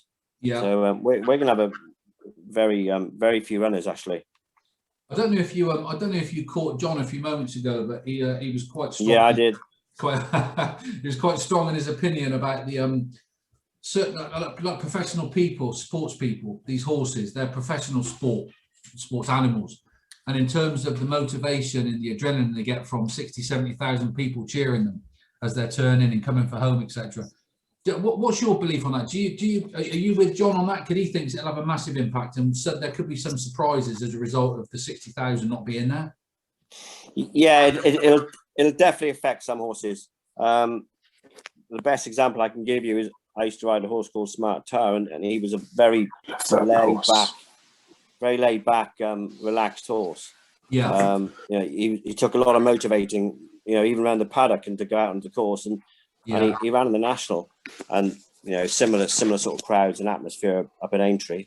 Yeah. And by the time he got the start, he was white with sweat. He was just so wound up by the crowd and the noise. And in the race, for the first circuit, he just pulled and pulled and pulled, which he'd never ever done before that race and since, you know, or the rest of his racing. So that for me proved that it definitely affects some horses. Again, jockeys, it'll actually affect them, because some jockeys you get a bit wound up with the atmosphere and the crowd wherever you go. It's going to be like a ghost town really now in comparison. So it'll affect jockeys who maybe get a bit tight with all the people and a bit nervous. Yeah, I think it'll have a massive effect. Yes, you probably will have different winners because of it. You know, Yeah. horses might improve from after going there, and others might they might thrive on the atmosphere, and they may not be so good. Yeah. It seems to be a consistent. Everybody seems to be of the same opinion, Carl, which is interesting, very interesting. Before we get on to the races and the four sort of standout races, and talking about the festival week, we have got a couple of questions for you, Carl, if that's okay. Yeah, no bother. I've got Rob. Where are you, Rob? Hi, Rob. Yeah, I'm here. There you go, Rob. Yeah, excellent. You've got the one question you sent in to me, and then Hi, do Rob. you want to take over and just ask Carl a couple of questions? Yeah, that's all right. I just wondered about Gow Road and whether you thought, firstly, it was good enough to trouble the leaders. And, well, firstly, whether he'll run, and secondly, whether he's good enough to trouble the leaders, basically. Are you Matt's brother? I am, yeah. I've got a second question for you. Don't worry. I've got one lined up. Yeah, I thought I recognised you. Well, Gow Road's he's improved a lot. We've always thought he was nice, but he's always looked weak, you know, and looked like whatever he did this year, he'd improved loads for you know, the summer out at grass and to strengthen up, and he's just kept improving, and he surprised us a little bit in the 0 to 120 handicap, and he carried top weight at Newbury, and then he went back again in a better race and improved again. And he's still green, as you can see. He looks around in his races and runs around a bit, but when he actually, you know, when Sam gets hold of him, he actually sticks his head down and really knuckles down. So he is improving. He's got to improve again, hasn't he? I think he's a fair bit behind on the ratings at the moment, but he's going the right way. So you could see him running a real good race. I suppose it's to be a massive surprise for him to win. You know, as I say, 2 runs ago he won a 0 to 120. I could see him running well, but it would be a big surprise for him to win. But I think next year, whatever he does next year, he'll be, you know, a fair bit better horse, hopefully. Fair enough. And a quick second one, if that's all right. Yeah. You once won a handicap without coming off the bridle by a distance on an absolute handicap block called Bow. I just wondered whether there are any similarly well handicapped horses from the Friston Davis yard going into the festival this year. No, they're not. I mean, they only get well handicapped by luck. They're obviously they don't improve a lot for fitness very often. So if one gets in on a good handicap mark, it's probably had a problem with something that's held it back, or it's by bad luck, ran on the wrong ground a few times. So that's the only way we get them well handicapped. So no, we've got nothing at the moment anyway. Nothing that I've seen. Fair enough. Cheers. Cheers, Rob. Excellent. So if we can pick your brains then, Cole, moving into the Tuesday of the festival, do you think the Irish will kick it off with a win in the Supreme? Do you think Willie's got it right with Appreciate It, or do you? Yeah, probably. I think Willie's going to have a hell of a Cheltenham, really. Yeah. I mean, he normally does, but this year could be a record breaker for him. I think it looks like it could be his strongest team. And I wouldn't look past him. I mean, it's obviously always a tough race, this. But I think he'll take some beating. You know, he's looked very, very impressive, isn't he? And Willie's horses continue as they always do in fantastic form. So no, I think he'll take some beating. Excellent. And what's your view on the can I ask you a quick question about the Ultima, the one of the bigger handicaps on the first day, the Ultima? What are your thoughts on that? Have you paid much attention to that? The Ultima, what are they calling that now then? the Ultima. Festival Handicap Chase. That's it. Yeah, on the Tuesday. On the Tuesday. Yeah. It is 3 o'clock, 3:30 on the Tuesday. Yeah. 3 miler. You had Al Dancer, Creve Hill. Yeah, Al Dancer's not going to run. I think he's finished for the season. Yeah. Creve Hill's been mainly disappointing this year. Had some very good form, but he's not been. I don't know, for whatever reason he hasn't been showing any form. So I think we'd struggle there. Yeah. What else we got in it? Nothing else there. No, so I think we're not going to have anything figuring. I don't think. Okay, no problem. And with regards to the with the champion hurdle, then kicking it off, do you think it all looks straightforward for Honeysuckle, or do you think there could be a surprise? I think I'll side with Epidante. I think that Honeysuckle's a very strong stayer, and I think Epidante might have a bit more speed. I think it's going to be. It's been very dry here. I don't know if I wasn't listening to Matt earlier, but he's even closer to Cheltenham than I am, and it's been very dry now for a while. And our ground is dried up enormously. Yeah, And someone joked the other day about when will they start watering, because it's I think it'll be good and soft. I think at the prices, I think I prefer Habitant. Yeah, good shout. I thought Silver Streak might run okay at a big price. He could. And Goshen, I don't know. I'm not sure about him. He was very impressive the other day. But anyway, I don't know. At that price, I don't think I'd fancy him. No. Fair comment. What John said actually earlier about Not So Sleepy, I thought that was a good shout. It's a hell of a horse that. If it got it, obviously the start's very important to it, but that has got so high cruising speed that could really lead them a long way, and I could see it being there or thereabouts, at a massive price. Yeah, fantastic, Cole. Thank you very much. I've just had a message from Matt Chapman. He's sat in the waiting room waiting to join. So have you got any objections if I allow him to join? No, not at all. No. He's just. I'm in the minority. I'm one of his fans. Yeah. Maybe the only one. He just messaged me, Carl, and he said, "I'm waiting, Darren." I said, "Cole is holding court. You'll have to wait." And he just come on and he just said, he talks rather a lot. So I'll let him in now. He's coming in as we speak, and David Bass is going to join us as well. So we'll. Good evening, Matt. Good evening, Matt. Good evening, everyone. How are you? Very, very well. Nice to see you all. Yeah, good lad. I was just telling Cole, he was just giving us some very in-depth analysis of where we were looking at in terms of bets this week, or in the festival week. And really? I asked him if it was okay to let you in, and he said, "Yeah, do you know what?" He said, "I'm one of the few people that's one of Matt's big fans." So you've got a fan in Cole, Matt. Well, I'm amazed. You obviously got past all his sexual conquests very quickly. Yeah, that wouldn't take long. If I'm honest with you, Matt, we did rearrange the call. We've been on air since 5, so I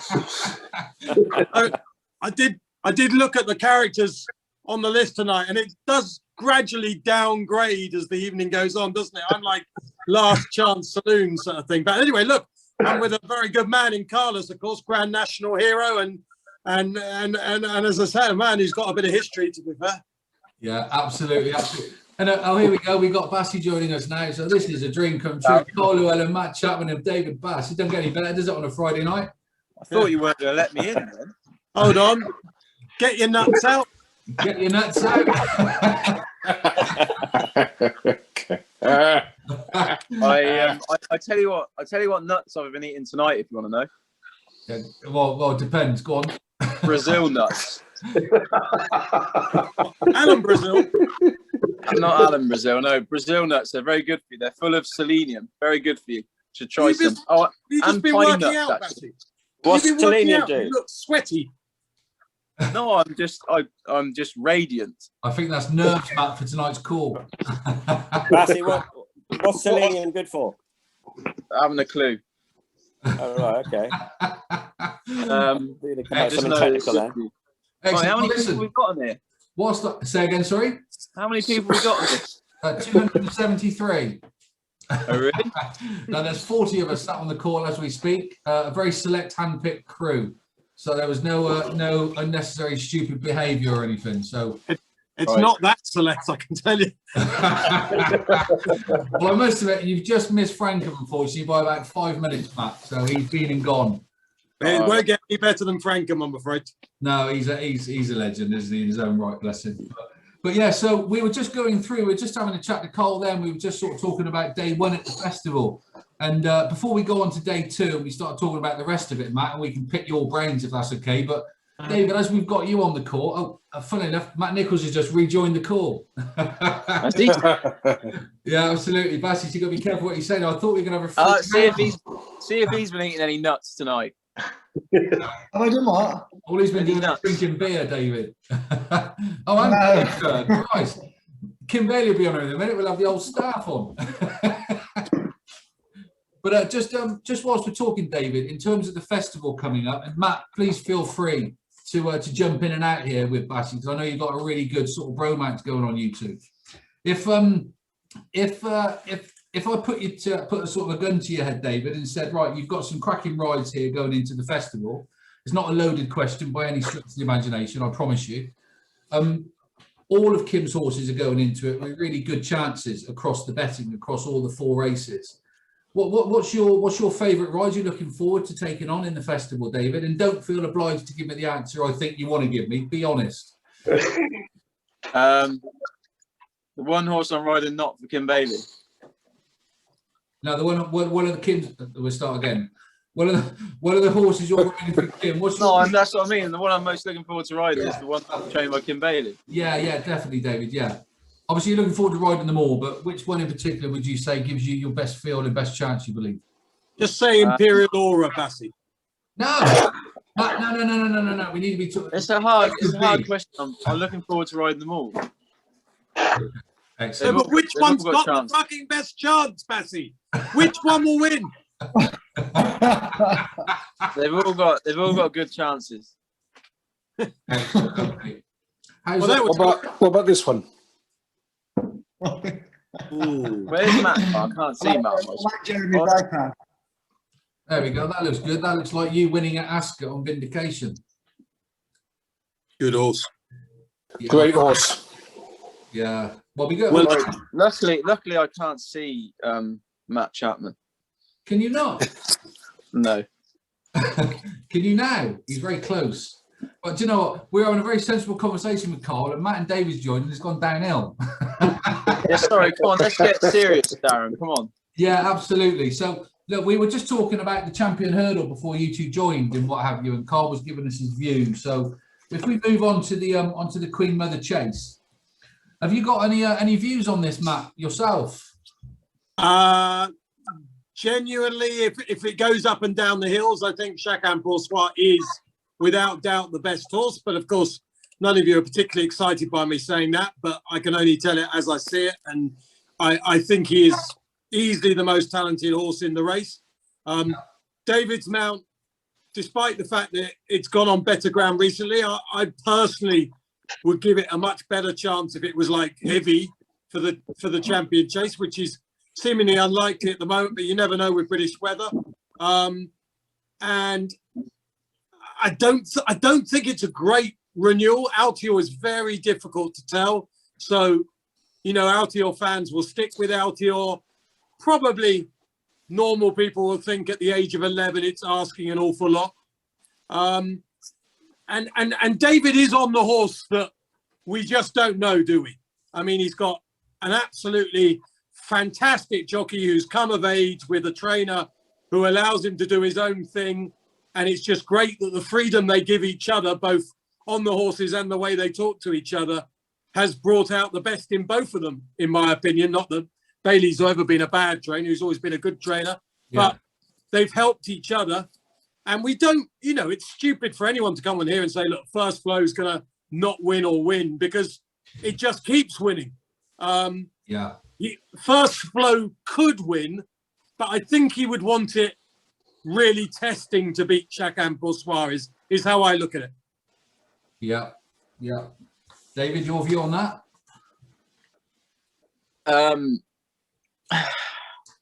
Yeah, obviously, loads of respect for Chacun Pour Soi. He has looked very impressive, but he's never been to Cheltenham.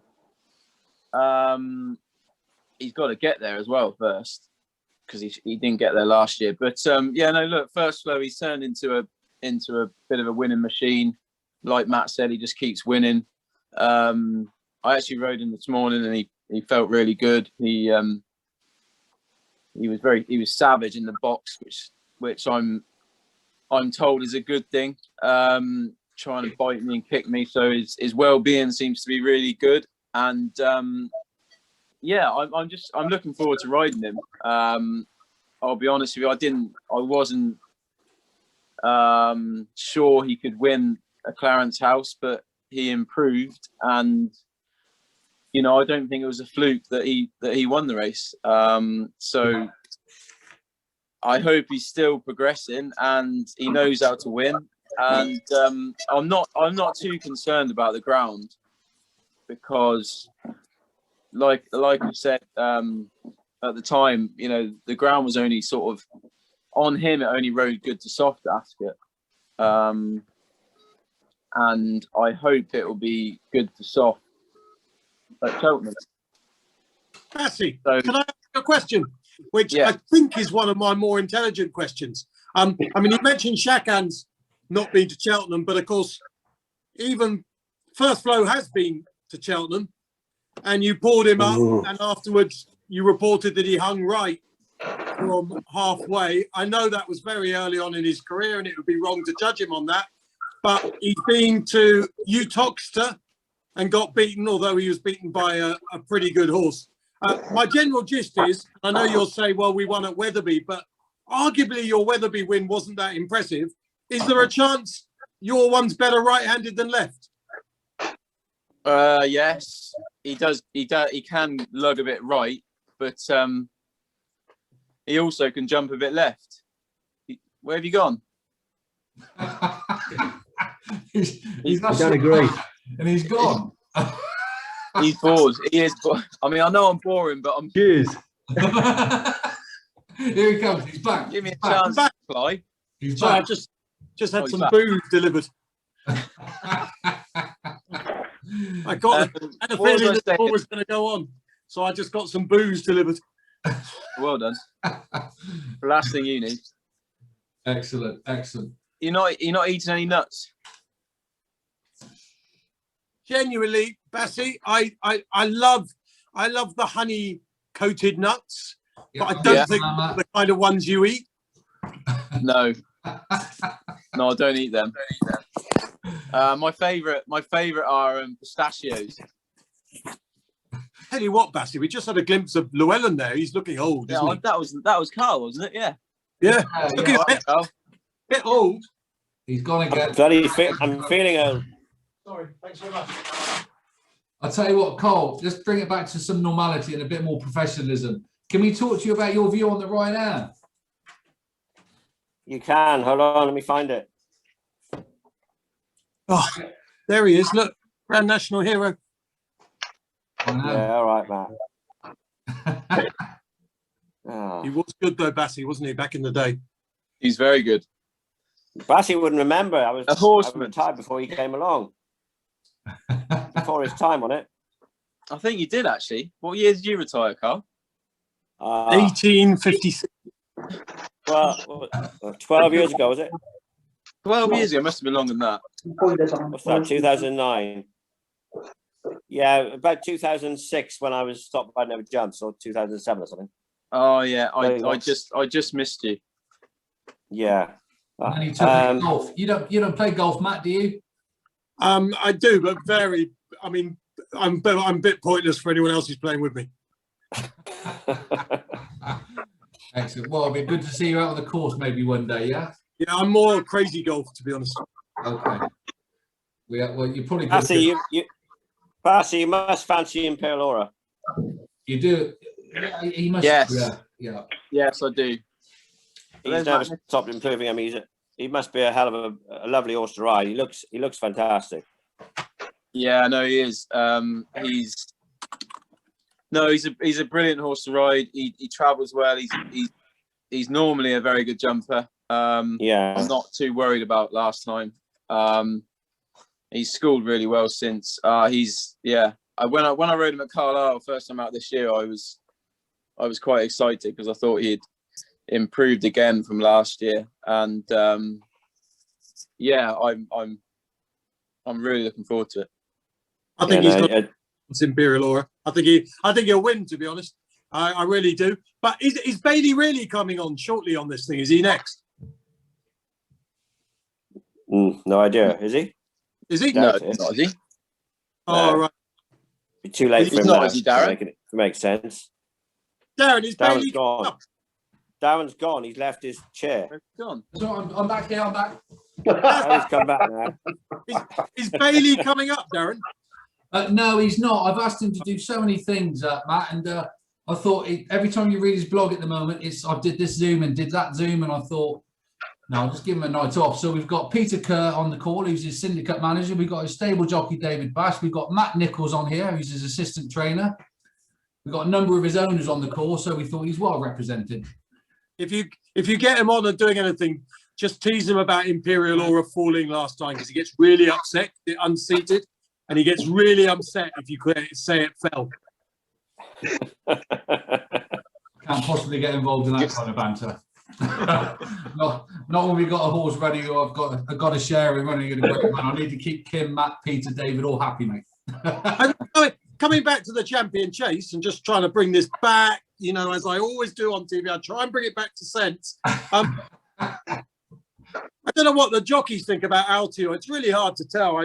You just, as a punter, it's just so hard to know, because in your back of your head, you're thinking, well, hold on, this was so far ahead of everything else in recent years. And then you think, oh, at the age of 11, what's your feeling, Carl? Could Altio come back at the age of 11, or is it asking too much? No, I don't think it's asking too much. I mean, he's an 11-year-old with not that many miles on the clock. Loads of horses can be finished by 9 if they've ran a hell of a lot. But he's, because he's so good, he's as normal. Nicky's picked and chosen his races very well and spaced them out. And I'd say there's plenty of miles left in him. And so you couldn't rule him out. No, not at 11. I don't think that'd be the reason. He's either right or wrong, and I don't think he won't get beat because he's too old. I don't think. And you can't rule out one of Nicky's, can you? I mean, horses have come back from plenty of things and just come back to life at Cheltenham for him. He's a brilliant at getting them right for Cheltenham. So definitely couldn't rule him out. Are you worried about the ground, David, for yours? Would you rather it was softer, or you're not fussed really? No, I think I always thought he was a horse that needed heavy ground because he just handled it so well. But I've never really ridden him on proper sort of good ground. But he seemed to handle Ascot last time, which was sort of only good to soft. So I'm not worried about the ground now. You must love, right? I mean, both him and Imperial Aura are made for you, aren't they? Like, you seem to get a kick, and I know jockeys hate being pigeonholed, because I'm sure you can hold one up like Jamie Spencer if you want to, but you seem to. I'm not sure. No, he can't. Forget that. Go and watch Newbury this afternoon. Go and watch Newbury this afternoon, and you'll see a man so out of place because he's got horses in front of him. He doesn't know what is going on. He cannot do it. I never known he's ever tried it. When I used to ride, for a good trainer like Nicky Henderson, I used to drop them in all the time. Drop them in down the inside. He sacked you, so how was that going? He didn't Move along. He didn't sack me. Matt's back. What are you thinking, Matt? I'm not with any of that lot. I know you can hold one up if you want to. I know your class. Thanks. No, I appreciate that. He's class on and off the course. He's class. He's one of the really, really, really good guys, in my opinion. Really good guys. Matt, I'm not sure about that. Let's go back to talk about horses. Yeah, Matt. What about put the kettle on, boys? Nah, it's not good enough, is it? Hello. Not Where good I enough. put the kettle on, Bassy. You're not be afraid of that. I don't know whether her form's quite good enough. Is it? She'd be beaten 10 legs by Shakan last time. She can't win. No, I don't think her can't form's win. good enough. But 12-1 compared to even money or whatever could be a good each way bet. In the Arco last year. Yeah. Yeah, but it was a crap race. She jumps and she tries very hard. She might run into a place. Well, getting weight at 12 to 1, I think, for each way, I think could be great, you know? Yeah, I do as well. And Matt, can I ask you very quickly, in the champion bumper, do you think Mullins is going to win it again with Kilcrew? I mean, it was impossible not to be blown away by that horse, actually, not just last time, but his run before. Yeah. And the simple truth is, if he is the best of the Mullins bumper horses, and it's not necessarily like that, because Mullins is second, third, fourth, sixth, seventh strings have won the champion bumper in their time. But if he's the best of them, the chances are he is the best bumper horse, because the simple truth is that Mullins' bumper horses are better than everyone else's. That's just it. 9 times out of 10. Yeah. I mean, look, I can't sit here and tell you it's a good thing, because I don't think anyone can. It's none of them will have ever run in a race like the champion bumper before, which is why I think you do get the odd strange result, and some, one of the 5th or 6th strings comes and wins it, because they've never had that really fast pace to run at, probably slightly better ground for a lot of the Irish horses. So there is a lot of guessing in there. But I mean, it did look like an absolute machine. I mean, it looked like Frankel in a national hunt race. Right, I've got a question here. We've got a number of owners on the on this link, Matt, and one particular question. Can I stop you, Darren? Yeah. If I just apologise to all of them straight away, are we done? Yeah, that's fantastic. Thanks for joining us, Matt. It's been a pleasure speaking to you. I've got there's a couple of things here. First of all, the auction lot that you very kindly agreed to do with the morning on the ITV opening show, etc., as in when COVID lifts and everything. But the one that you said to me, you're going to post on Twitter that I refused to give a prize and call me a wanker if I didn't give you. I hope you didn't keep that message. But now, on a serious note, the guy that's bid for it and won it is a multi-horse owner at Kim Bailey's, Phil Andrews. Right, okay. Owns a whole string of horses. One of the nicest guys, again, that you would wish to meet in a social environment. He's on the call tonight, but he's won it, so he'll be coming along with his guests. So I'll introduce you two to one another afterwards, so you can exchange details and all that malarkey. Okay. Okay, Darren.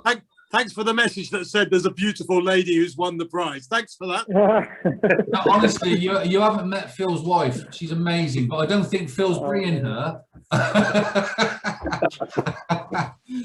Look, I'm not Carl Llewellyn, okay? But on a serious note, we've got a gentleman on the call here called Doug Ockwell, and hello, Doug. He's involved in Really Super, trained by Amy Murphy. Yeah. And I think you had spent a bit of time talking to Amy or Jack or both of them back at Lingfield a few weeks ago in the jumper bumpers when Really Super won. I did. And, Doug was just wondering. He's asked to pose the question: what do you think about the horse's chances at the festival? It's currently 33 to 1. Obviously, you spent a bit of time talking to the trainer, the jockey, etc. What's your view on that, or is it a little bit of a wide question? No, I mean, look, Really Super has won, if I put my head, at least 6 races, maybe more than that, and 7. Okay. Doug pays the bills. He's on here. He's entitled to shout. Say at least 6. And I loved her attitude in that jumpers bumpers, and it was a classic case of, just that she ran faster. It didn't matter that she was just a bit classier than the rest. As far as the Cheltenham Festival concerned, it depends whether you want me just to placate someone or be honest. I would be surprised if she was up to that, but she's not a mug.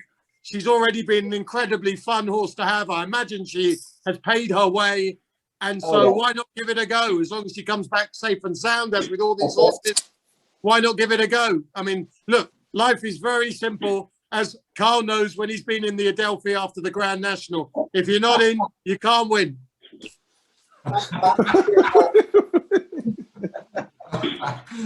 And I've got another question here for you, Matt, as well. And David, we have got some questions for you as well in a few moments. But Peter Robury has sent in a message as well, Matt. Do you think Native River will be back to his best in time for the Gold Cup, as the ground looks like it could be absolutely perfect for him? I think if David Bass has won the champion chase on first flow, then Native River's got every chance in the Gold Cup. In other words, I think it would have been a rainy week. I don't fancy Native River at all if it's good to soft or faster. If it was soft or slower, I think he's got a great chance. It was either last year or the year before, I can't remember, where he actually took an age just to get into stride, and then he got into stride and he went off pretty quick and eventually faded a little bit. And I just think when the ground's really testing, he can get to the front quicker and more easily. But if the ground is anywhere like good to soft, there's just going to be too much speed around him. But in soft or softer than soft ground, I still think he's as good as anything in those conditions. He's an absolute credit. I love that horse. In fact, because Richard Johnson rides it so well, Bassey would be brilliant on Native River. If anything happened to Johnson on the day of the Gold Cup, if you were a sensible owner, you choose David Bass for that horse. Do you want to be my agent? Sorry? I just tell it as it is. I'm not telling anything anyone doesn't know. I think there's a lot of owners on there. As I said, a lot of owners involved in this call tonight. We've got shares in different horses around different yards. And I think let blown smoke at your backside, David. I think in the last 2 years, you've gone from being somebody people knew to now somebody people really rate and really want on their horse.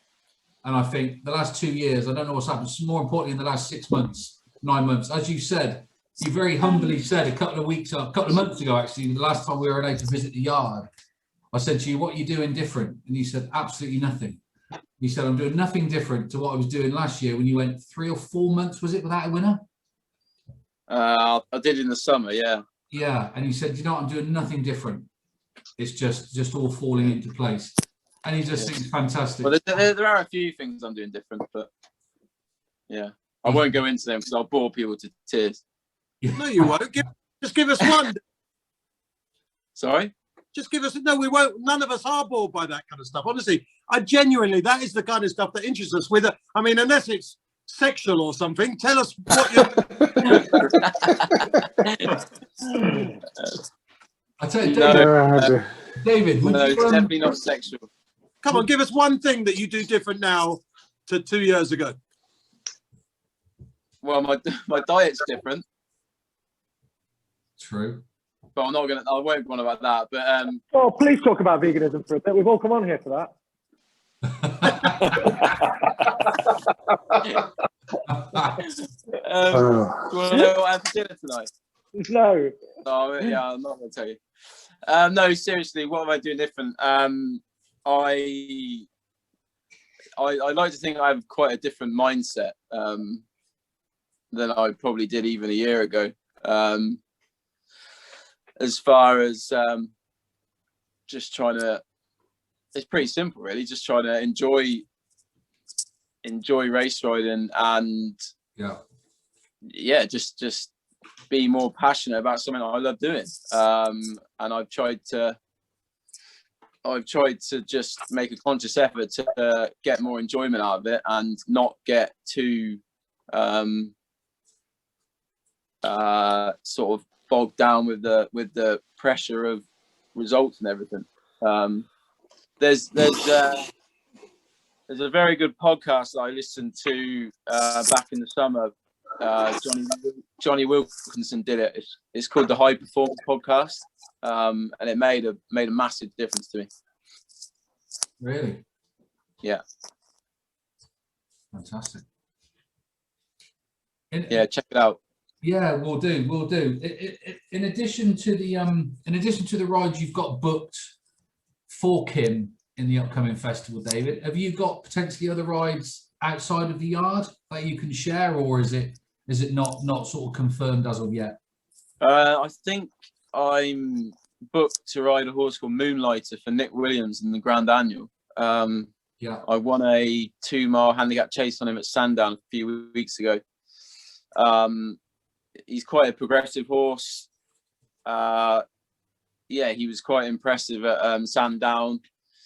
I think he'd probably be better going left-handed as well, and I don't think he'll mind better ground. So hopefully he can run really well.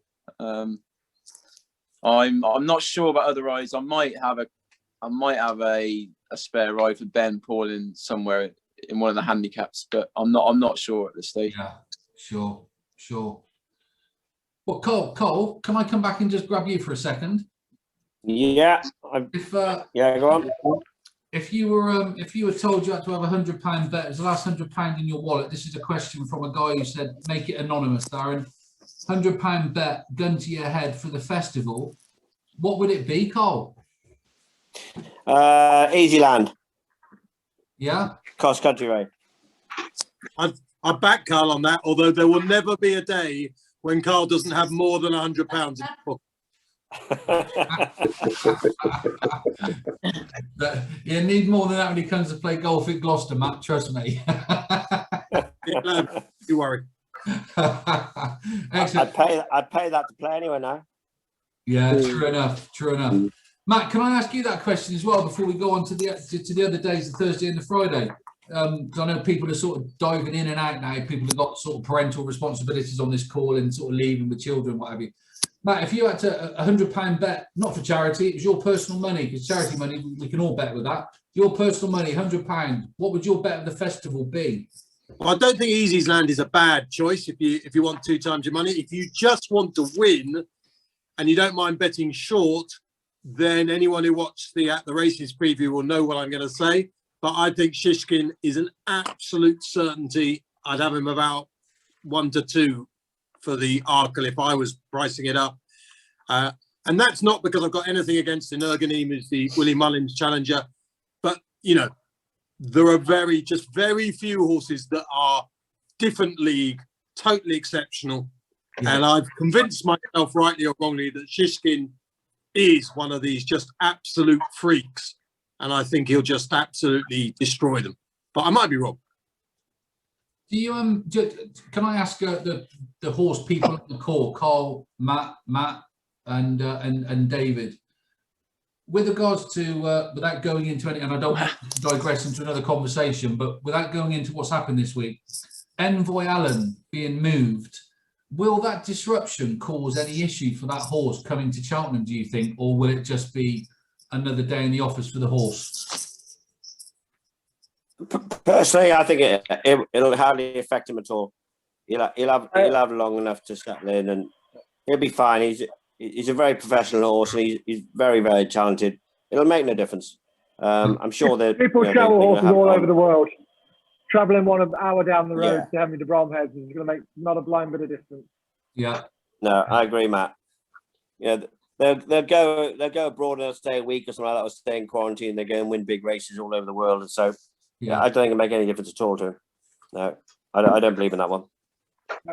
Okay, great. Got another question here for you, David. Taking out the rides that you know you will have. If you could sit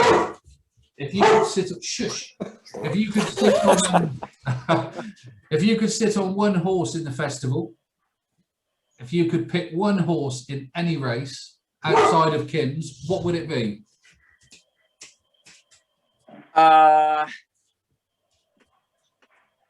It would be between Monkfish and Shishkin. Yes. I would probably go Monkfish. I think he's a unbelievable athlete. He's just such a good jumper. He's very relaxed. I would love to be lobbing along in front on him, seeing a few strides, and yeah, he'll stay all day. I'd love to be riding him, I think. Yeah, fantastic. Darren, I'm interested about that dog. If we all shout really loudly "bite" at the same time. Matt, you're okay, mate. The wife just opened the door into the office with a startled look and said, "Oh shit, sorry." And it wasn't her barking. She's got the dog out. I thought you were going to say, "Oh shit, who are you?" Yeah. Well, I must admit, at the time, Matt Nichols was talking and she thought it was Marlene. Can you appreciate the hair on Matt Nichols from where you are, Matt? Can you see him? I mean, I've gelled it. I've gelled it for tonight, actually. He looks like the Fonz. Looks like the There you Fonz. go. there are quite a lot of people on here that should not be laughing at my hair. Phil Andrews, come back onto your screen. We need to see that. Yeah. He's gone. He disappeared. He's gone. Surprise. So, can we? There's a little bit of Lee Murphy there, Matt. There's a what? He's disappeared. He was here earlier. Ollie Murphy did a quick in and out 15-minute job, and he did very well. Bless him. Very, well, that's very not well. last, but anyway, he's modelling himself on Paul Nicholls, isn't he, Ollie Murphy? He wants to be Paul Nicholls. Same diet. No comment. No comment. I know where that conversation is going to go. So let's move on back to the horses. This could go horribly wrong, and I don't want this going on YouTube tomorrow on somebody's Twitter feed. So let's move on to the final day of the festival then.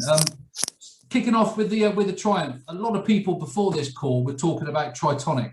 A lot of people on the call have been talking about Tritonic. Alan King 5-2. Might even be shorter now. I thought it touched 7-4 earlier. Do you think Tritonic is the real deal, Matt? I really did think he was exceptional at Kempton. He didn't jump brilliantly, but it wasn't bad. And I think off a stronger pace, he'll jump better.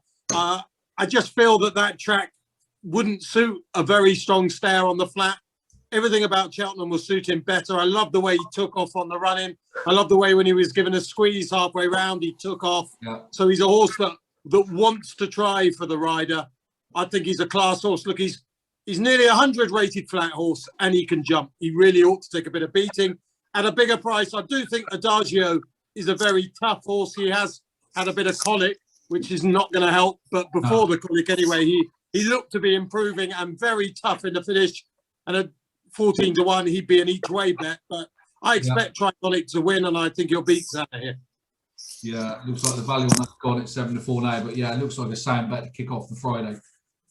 In terms of the Albert Bartlett, it's the one race we haven't spoken about, and I know Matt Nichols speaks very highly about this race, the potato race.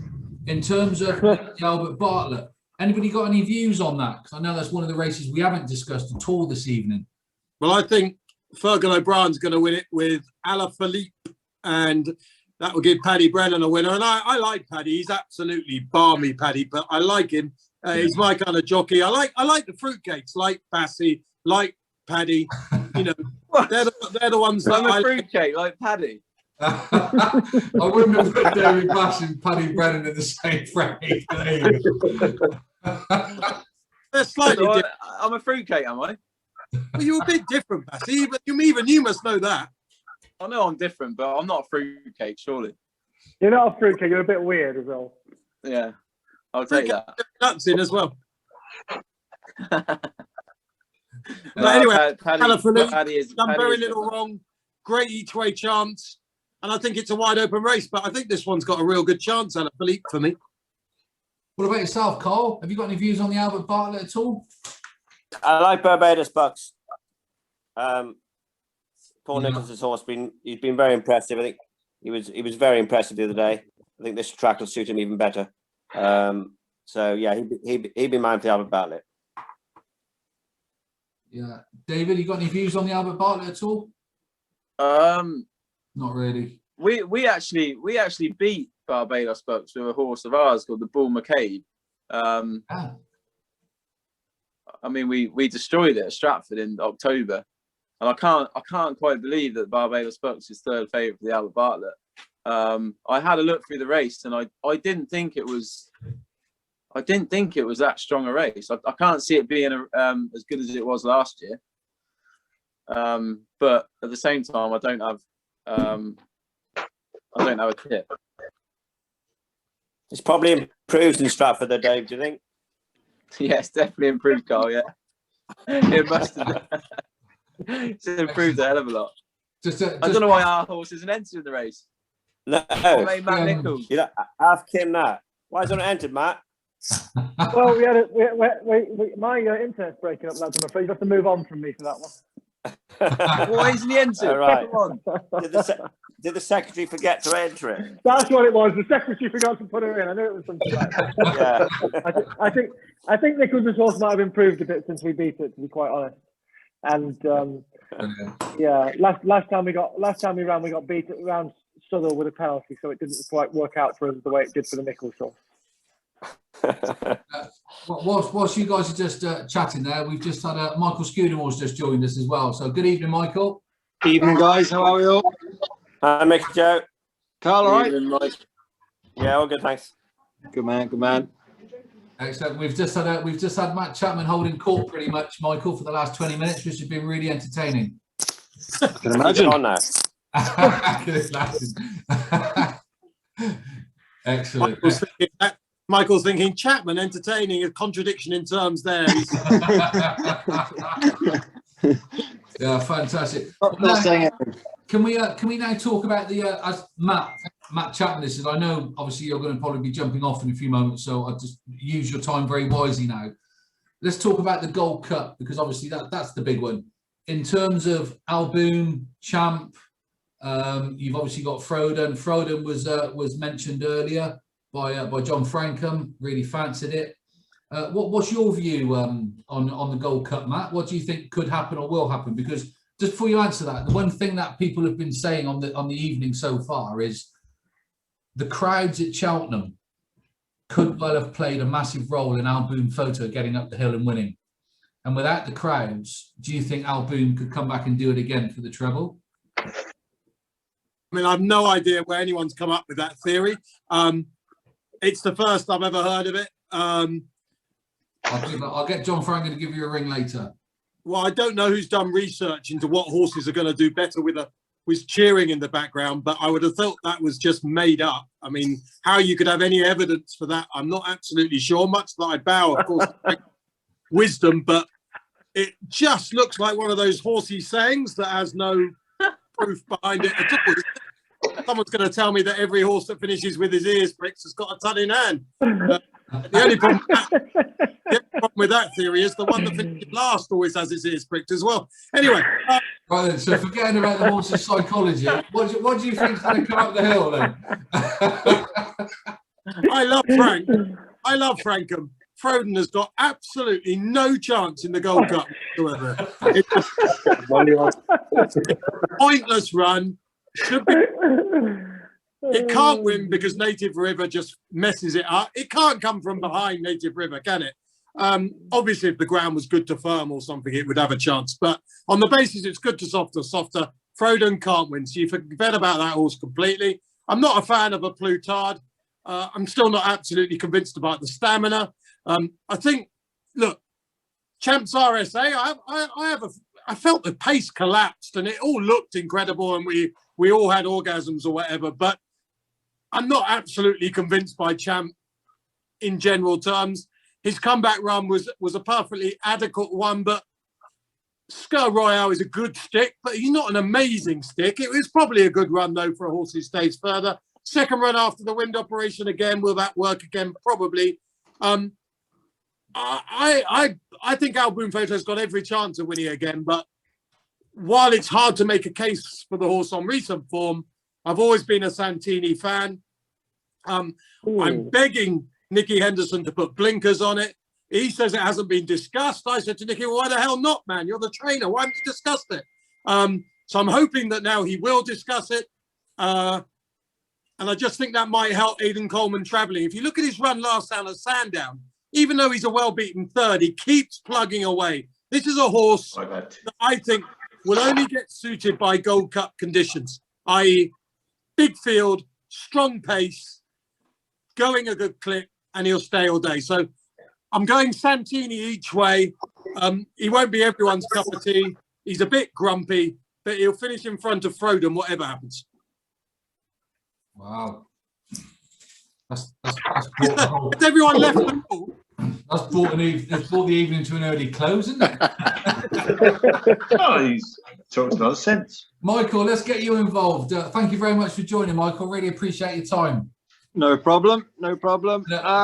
Do you agree or disagree with things that Mr. Chapman said then? You can never agree with Chapman, can you? That's just the God-given rule. You can't agree. Yes, I suppose no reason why Album Photo can't go and do it, Kenny. They've all probably got to step up to his level rather than the other way around. The only one I spoke to Tom tonight. Obviously, he'd ridden Venetia's at Haydock last time. I don't know if it's been said where that's going yet, but he was obviously very, very impressed with it, what it did at Haydock. And while it's got to step up again, and the slight unknown of how it would cope with a better ground, but you know, he's hoping that Charlie Deutsch can't turn up for some reason. He gets a late phone call.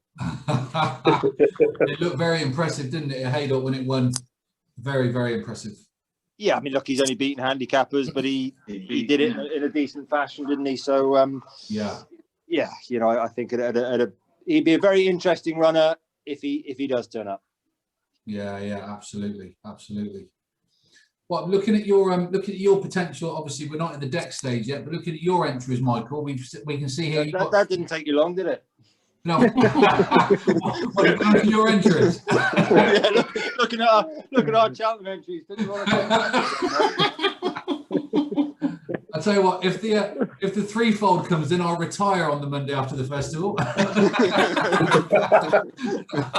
now, all joking aside, looking at your entries, there's one particular question about do your job, and I'm not sure if do your job will actually be declared or not. But one of the questions we've been sent in from Rob is obviously, do your job has impressed at times this year.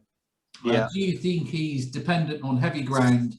And as such, will he potentially miss the spring festivals because the ground doesn't look like it'll go that way? I hope not, because he runs at Kelso tomorrow on good to soft ground. So we've always thought to be better on better ground, and he's been getting away with it rather than that's what he wants. Yeah. He hated the ground at Sandown. He was beat. Even turning into the back straight, he was beat. Never went to yard. He's had a wind up, one of the magical wind ups since, and we'll find out a bit more tomorrow. But I'm adamant he'll be better on better ground. Fantastic. And then the follow-on question from that particular link is, what would be the plan for him next year? Really, novice chasing? Yeah, can't wait to go chasing with him. Look, he runs up here at Kelso tomorrow in a decent novice hurdle.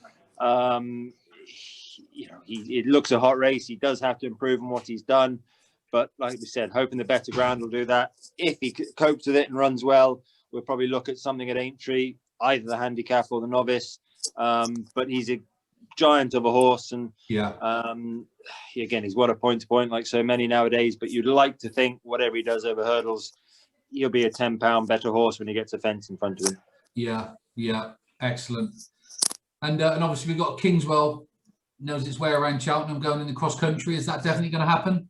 Yeah, that's the plan. He'll probably be our only one, sadly. The only other one we wanted to have was a horse called Nara to Prada, but she got injured when she was third at Haydock about a month or so ago. I think Nico de Bonville nearly managed to put her through the rail, which didn't do a hind end any good. So she's on the side at lines, but so yeah, just Kingswell Theatre. Like I say, he's been around Cheltenham so many times. He go around there blindfolded, but you know, obviously, look, he's got lots to find on the main players. But if it did come up, or should come up, good to soft sort of ground, that's what he loves. And actually, looking at this year's race, he probably could go and run well at a decent price if the ground is decent. Excellent. Who would be on board Kingswell if it ran? Would it be Tom?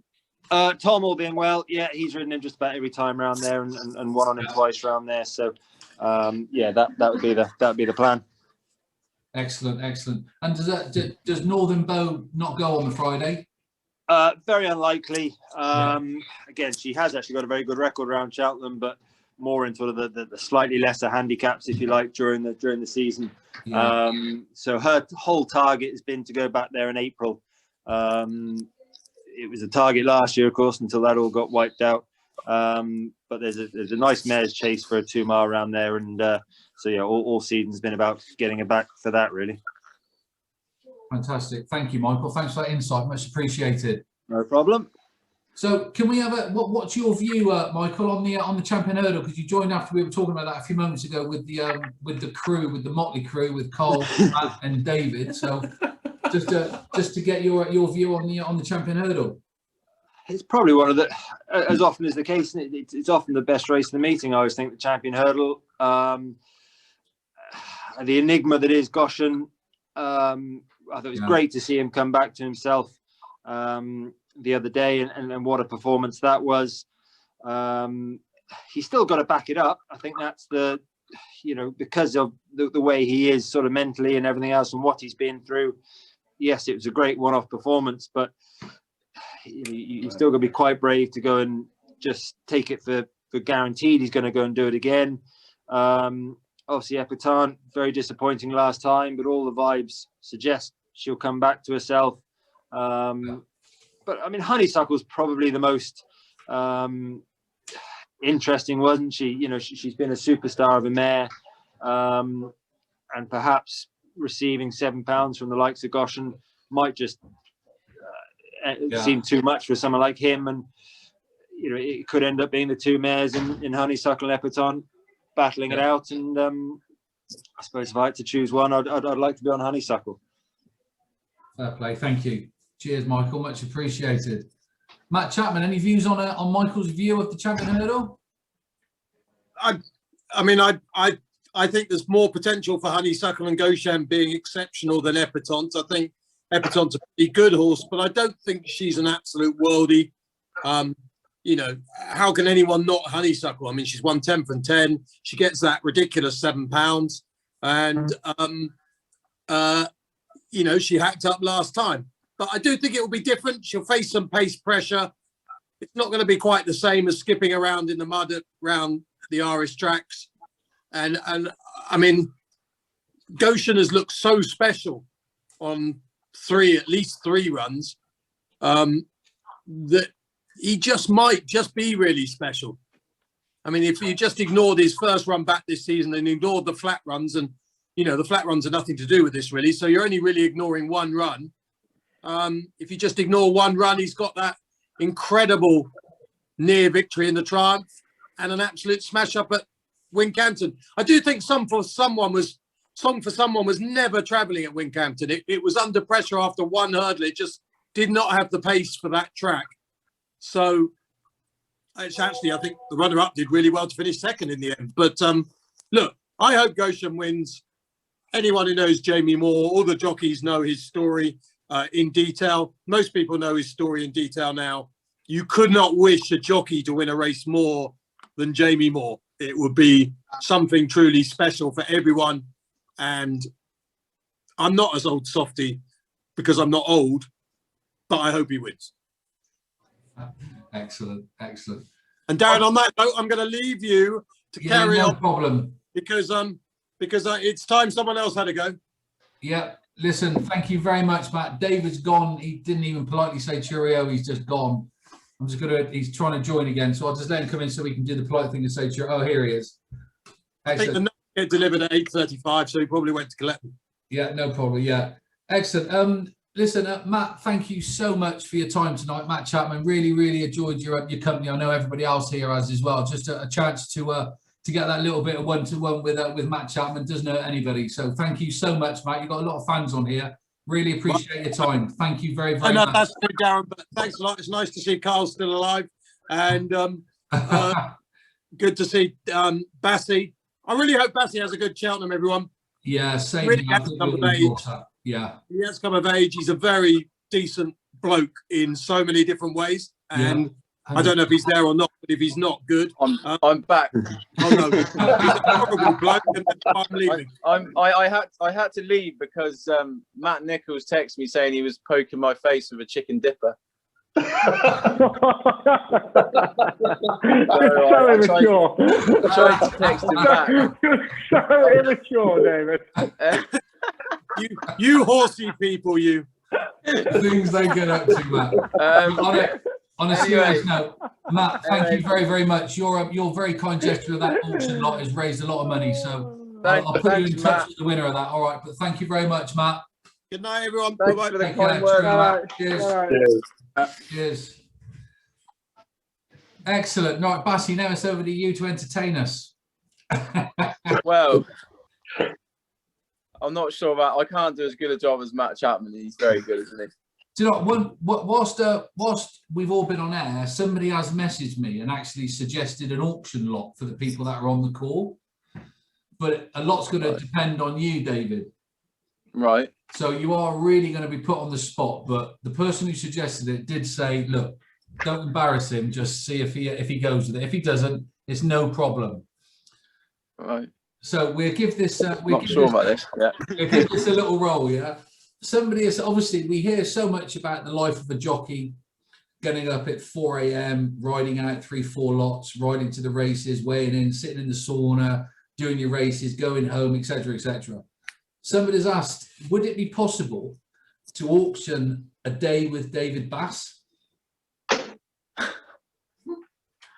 Jesus, surely that won't make much money. Well, if you're happy, we can give it a go with the people on board and just see where we go with it. To be fair, I'd pay a fortune to see Darren in a sauna with you, David. How are you, Paul? Sorry, 24 hours, hopefully. That was Sarah Nichols, and I don't know who that is. So, David, would you be up for that? To somebody meet you at the yard at 7 in the morning and spend the day with you? Yeah, we can do that. Excellent. So I'll throw it out to the floor then. Does anybody want to throw in a bid for that? No, I didn't think so. Hey,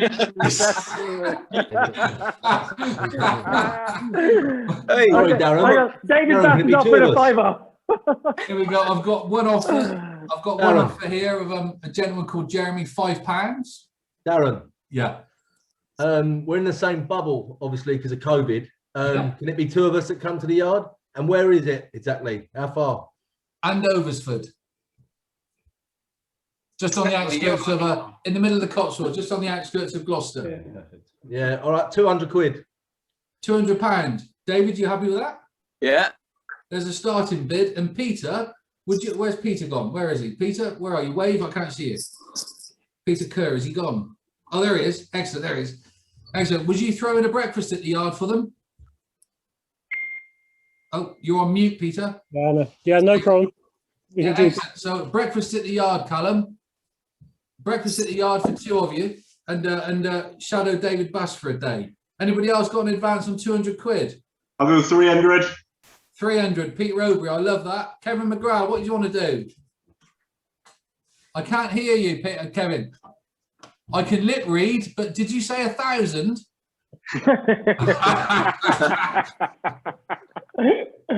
Excellent. What did you say, Kevin? I'll have a free driver for the day. Yeah, exactly. What did you say, Kevin? Was that 350? Yeah, 350. £350 there from Kevin McGrath.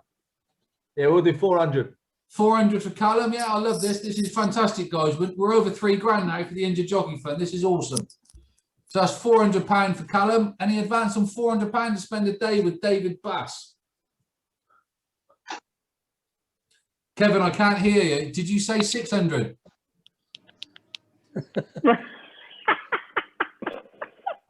500. Come on. You want to spend the day with me? 450. 450. Be great fun. Kevin McGrath, fantastic. Any advance on that? Callum, we'll eat nuts all day long. You could go 500, Callum. You and your mate, 2.5 each. Yeah, you may as well. You're going to go 500 for that, Callum? Yeah, go on. Yeah, 500. Yeah, right. A monkey for two of you to shadow David Bass for the day. That's fantastic. Any advance on that? You've all done it 500. Yeah. Yeah. Anybody come in then? So we've done it 500. Callum, yeah, 500 quid. Bassy, you happy with that? Yeah, that's good. Yeah, all good. I've got as long as they're okay with driving. Yeah, fantastic. I've just had a. Have you got a helicopter pad? No. Yeah, that's fantastic. Can't afford that. Kevin, do you want to advance on 500, 510? No? Okay, I can hear your wife in the background. I can see you wears the trousers at. So, yeah, that's fine. Thanks, Kevin. Thanks for entertaining us. Brilliant. Callum, Mint, I'll speak to you afterwards, all right, and sort the details out with you and David. Cheers, mate. Thanks a lot. Yeah, fantastic. 500 quid. Well done, Bassy. Thanks for doing that, mate. No worries. Ideally, pick a day when you've got rides. That's the plan. No, we just go to Kim's Yard for one lot. Yeah, that's it. All I need is one winner to pay it. That's it. Yeah, fantastic. That's another 500 quid. So we're up to about 3,200 quid now for the charity. That's brilliant news. Thanks, Callum. Thanks, Bassy. Excellent. But, we've had a guest with us who's been with us since. What time did you join, Paul? Did you dial in when we began? I think you did. Yeah, I did. I've been enjoying the entertainment. We've got the journalist, columnist, Cheltenham betting guide, author. He's a very, very, very knowledgeable guy. He travels around yards and racecourses across the UK. We've got a Paul Ferguson who's been sat with us very, very quietly all night. And what I like to do, Paul, is obviously you've been hearing everybody's tips all through the evening, or necessarily tips, comments, and thoughts. If I can, Paul, can you give us because I know you said you're actually been inundated for the last 2 weeks with all of these bloody reviews and preview evenings and Zooms and everything. Would you be very kind enough to just share your thoughts for 5-10 minutes on the festival day by day about what you think and everything else, and hopefully contradict some of the tips we've been given? Yeah, no problem at all. I'm more than happy. Excellent, excellent. So without further ado then, I'll pass over to Paul. Michael, just before I go, have you got anything else that you'd like to add with regards to the festival in terms of the one question that's been a common theme most people have been emailing in is ask everybody if you had £100 left in your wallet, and we did ask Cole, and a lot of people said, well, he wouldn't have £100 in his wallet, but £100 in your wallet and you had one bet to live on for the rest of the year, what would it be, Michael? Well, I know. Well, again, speaking to Tom earlier, he really fancies Adagio in the juvenile. Yeah. And sticking with it on the juveniles, but I think he's in the Boodles. The one of Skelton's, is it Cabo Cliffs or something? Is it? It beat one of ours at Warwick the other day. We thought ours was all right, and yeah, this absolutely bolted up. So I think it's it's double figure price. I think last time I checked, but it might not be now. But I thought it was an each way. There'd be worse options than that. But I think every preview night you go to, there's about 4 or 5 different selections in that race. But yeah, I was very impressed with it anyway. Yeah, fantastic, brilliant. As we've got a little bit of airtime with Michael Scudamore, has anybody got any questions for Michael at all? Anybody want to raise any questions? Any hands going up? No. Excellent. Okay. Yeah, Michael, thank you so much. I know you guys are really busy, certainly this close to a festival and everything with runners and riders every day. So thank you very much for your time, Michael. Really appreciate you dialing in and joining us. Thank you. No worries. Have a good week, all. Cheers, Michael. Take care of yourself. Thank you very much. Right, Paul. Darren, I'm just going to say my good night as well. I've got an early start in the morning, so I'm going to leave you all to it, if that's all right. I'm walking away when I'm about to start talking. That's very nice. There you go, Matt. I've heard you before. There'll still be at midnight. I'm going to get up at 4:30. There you go. So, Matt, thank you. As I've said to everybody else, Matt, all joking aside, thanks very much for your time and giving up 2 or 3 hours. I know you don't like all this sort of stuff, but listen, thanks a lot. People think a lot of you, Matt. People do rate what you say. So thanks a lot for your time. Very much. Good luck. Bye-bye. Cheers, Matt. Take care of yourself. Cheers, mate. Bye-bye. Bye-bye. Right, Paul, the floor's over to you, mate. We've left the best till the end. The guy who knows everything inside the media, done all the previews up and down the country, knows everything from every yard. So I'm going to give my voice a rest for a few minutes and have a beer and just let you entertain us. What do you want me to do? Do you want me to start with? I think Matt disappeared because he was scared I was going to ask him about the Giro. He's the author I like from Kim's Yard at the moment. So maybe David could give us an update. Are you still there, David? I'm still here. Yeah. I know. Obviously, he's not going to Cheltenham. The Giro. How's he come out of market racing? Yeah, good. Yeah, good. Yeah, no, he's a good horse. He is a good horse. He still needs to go right-handed. Yeah, he needs to go right-handed at the moment. He quite he lugs a bit right, sort of, when he's under pressure. But I think he went at £4 for market raising, so I think he's off 133 now. So I think we could potentially win another handicap with him. Yeah, and he's a horse I really like. He could be one to end up at somewhere like Punchestown, you know. Yeah, good stuff. Good stuff. What do you want me to do, Darren? Do you want me to start with? Do you want me to let you know what horses are back? Yeah, I think so. And then, yeah, and then, because you've had the luxury. and then you can ask me what races. Yeah.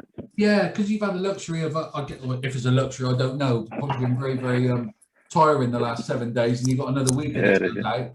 But yeah, just be interesting to hear your thoughts about what you've been hearing on your travels this week in terms of the Zoom calls you've been dialing in on and what's been going on around the yards, and just the majority of people on here are all horse fanatics and punters, and I think there's a chance to pick your brains and get. Yep. I might have to leave as well because I've got to drive to Kelso in the morning. So yeah, David, no problem at all. Not that I don't want to listen to Paul's tips. Cheers, David. There's another one. I would be very interested to listen to them, but I'll send you the video tomorrow, David. But listen, can I say thank you, David, on behalf of everybody who's been dialing in and out of the call all night, and for your time in terms of what you've done for the charity auction as well, raise that £500. Yeah, well, thank you, Darren. You've organised it all, and you've done really well. So thank you. You're a top man. Thanks a lot, David. Yeah, I hope everyone has a good evening. Thanks, Darren. Cheers, David. Thanks, David. Take care of yourself. Thanks, David. Cheers, Bassy. Thanks, mate. Bye. Right, Mr. Stevenson, over to you. You have got the floor. Go on. I'll start telling you about the bets I've had. I haven't actually backed that many in advance this year. I backed Shishkin at the start of the season to win the Arkle. I backed him twice before he ran over fences. So obviously the Arkle is a hotter race now than I anticipated at the start of the season. I didn't see there being too much depth to the 2 mile division, to be honest. And Ergamine's kind of come out of left field. He was a decent horse a couple of years ago and was point to point for Tom Lacey. They rated him really highly. But obviously after having just the one start over hurdles last year, he wasn't really on many people's radar to develop into an Arkle horse. And I do see him as the biggest threat. Obviously, as I think it was Matt who alluded to earlier, I think the race should really set up perfectly for Shishkin, however, with the 2 front runners in there. And perhaps they'll just spoil each other out in front, and hopefully Nico doesn't sit too far off them. That's my hope anyway, and then he can pick them off up the hill. Again, we haven't really spoken too much about the ground. I think we're expecting to start on good to soft. I certainly think that'll favour Shishkin in the Arkle. A Monkfish has been mentioned by a couple of people. I know obviously he's a short price one. Of all the short price ones at the moment, if you're prepared to back odds on, I think he's the one who's bomb proof and has the less opposition perhaps. I backed him mid-season. They're the only 2 horses I backed anti-post. I backed him a 3-1 before he won at Christmas. Don't really think there's too much to say about him. Obviously, I think he was the best horse we've seen on show in terms of performance at the Dublin Racing Festival. I think Bassey touched on that before, the way he just jumped from the front and had everything in trouble. I think he'll take the world of beating in the Brown Advisory, what used to be the RSA. Yeah. In terms of handicaps, that's pretty much what I'm working on at the moment. Today and early next week is the handicap since the entries came out. But I did back one before the publication of any of the entries or weights, and that was Fergal O'Brien's Imperial Alcazar in the Pertemps final. The race that no one's touched on so far tonight. Used to be a race that I avoided, to be honest. It used to be a race full of more exposed and battle hardened staying handicap hurdlers, but nowadays kind of falls in line with the other handicaps at the festival and at the other big meetings, in that the unexposed horses seem to come to the fore, the lightly raced hurdlers. You want to look for a horse in that race that really hasn't had too many starts over 3 miles. Imperial Alcazar ticks that box. I know he's held in pretty high regard of Fergal. The fact that he holds an entry in a stayers hurdle tells you that. I think he needed the run first time out. Then the plan was to go novice chasing with him. And then he missed an intended target at Uttoxeter in December, I think it was. So I think with time moving on as it was, he ended up going down the Pertemps route. Won easier than I hoped he probably would win at Warwick, to be honest. But I think a rise of £8 is more than acceptable. A mark of 147, I've got him being a horse at least capable in the 150s. So that's what you need, as Matt said when you talked about happy-go-lucky before. You need to be a good few pounds ahead of your mark to win one of these festival handicaps. I think Imperial Alcazar is pretty solid. I think he'll run his race, and I don't actually think it looks the strongest potential this year, to be honest. Looking at the main dangers, I was at Haydock last Saturday, and Champagne Platinum finished second for Nicky Henderson. He was a bit of an eye catcher, and I was on the Weatherby's preview evening on Tuesday night with Nicky, and I asked him about it, and he didn't really say too much, but his face on the screen was enough to say that I think they're quite keen on his chances, to be honest. So I'd have him down as a danger. So look out for them 200%. Where are we? One handicap I've got on my short list will be a horse called Proschema for Dan and Harry Skelton. I've followed this horse since last year as a novice. He's a decent novice. Came out this season, thought he was on a good mark. When I interviewed Harry for Jumpers to Follow, he was particularly keen on this horse for the start of the season. Thought he'd win a nice handicap. Probably given a shade too much to do first time out at Weatherby, and he was well backed, went off just 5-1 for the Great Wood Hurdle, which obviously shows the regard in which he's held. But he just found the ground far too soft on that occasion. I think that he'd be backed right off and waiting for some better ground. He's been ticking over. He's won 2 bumpers at Newcastle recently, so we know he's in rude health. Then he's only on a mark of 131, so 8 out of the past 10 years he wouldn't have got into the county hurdle, so it's touch and go. But he actually runs tomorrow at Newbury, drying ground, 2 miles on good ground. Everything is in his favour tomorrow. I've backed him at 3-1. You think he's been backed across the boards into 2s tomorrow. If they want to go down the county route, he probably needs to win that tomorrow and to get a £5 penalty and get in. So you might be one to, if you're having a bet in front of the TV tomorrow, you might be one to consider. And I think if they don't get good ground on the Friday of the festival, put him in your notebooks, because I think he's the horse for the Scottish champion Air. And Harry was also on the Weatherby's preview. And when I mentioned that, he did say that would be a possible target for him if he didn't get into the county. Yeah. Brilliant. I don't know if you want to touch on if you want to ask me about any of the big races or anything yourself. Yeah, I think so. I think, guys, listening to that there from Paul, I think you've probably more than covered your entry fee tonight, listening to what he's just told you. So thanks very much for that, Paul. That was spot on. Really, really good. No problem. All right, in terms of the festival, then, and talking about specific races, I told you earlier what was happening with regards to the stayers, etc. So I know that you're a guy that knows everything that there is to know. And can you just talk us through the stayers? What you think might happen? I think you've covered that. I think it's going to be a bit of a shock, isn't it? I've got my button on stop video at any minute. All right.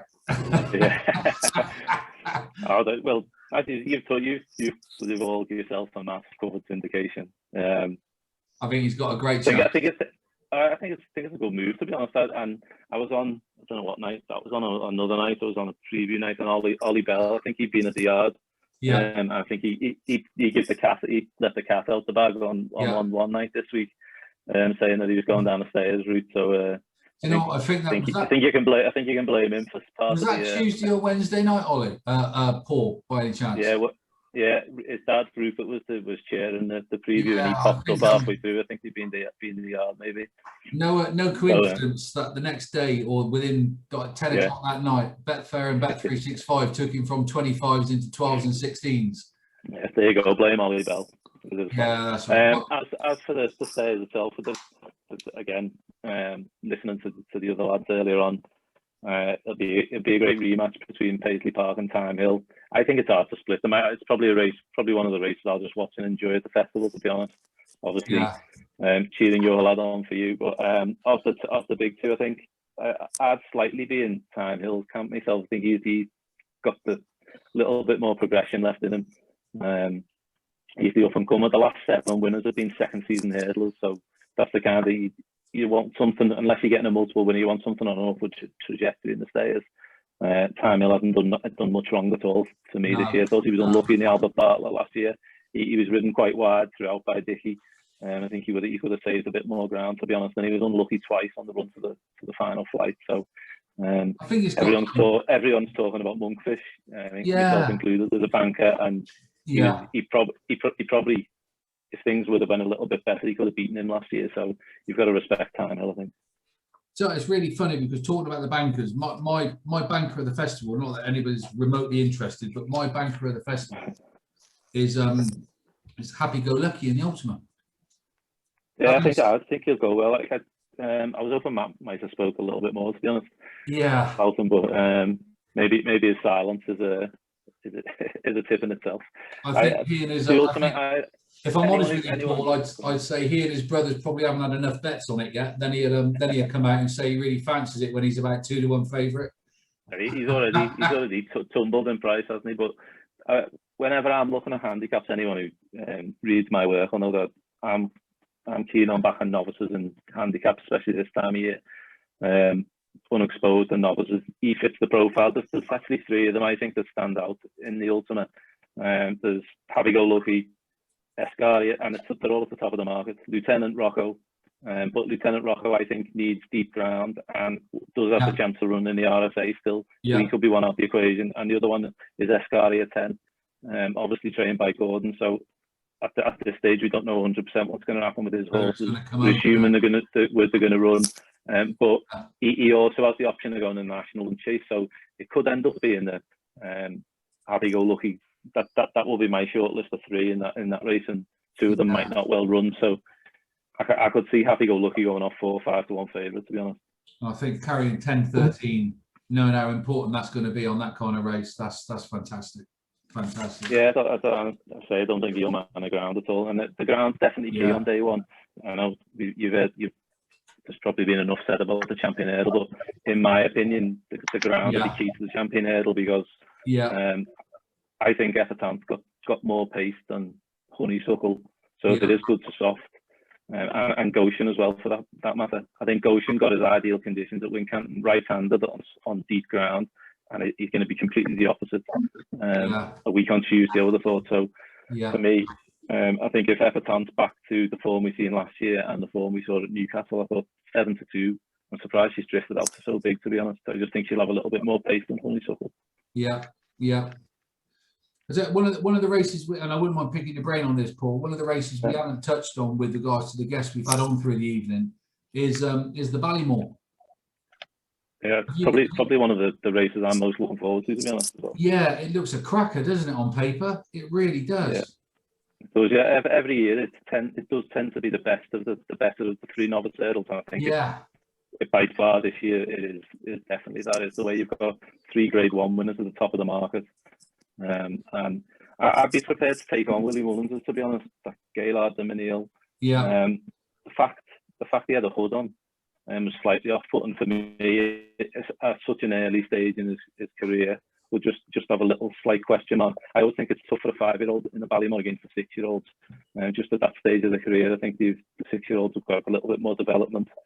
And I would personally add the 2. I think it's between the Bob Ollinger and Brave Man's Game. Bob Ollinger was actually, such was the impression he created on me when he won his point-to-point and his bumper. He was the first horse that I rode about and jumpers to follow this year. I don't think he's done much wrong. He was second to champion bumper winner first time out over 2 miles. Then he won a small race, maiden hurdle at Navan, and then he won the Grade 1 at Naas. I just do think though that the form of Brave Man's Game is possibly slightly better. I think at around the 4-1 mark, I'd be leaning his way. I think we've seen first time out he was good enough to give Soar and Glory a race on good ground over 2 miles.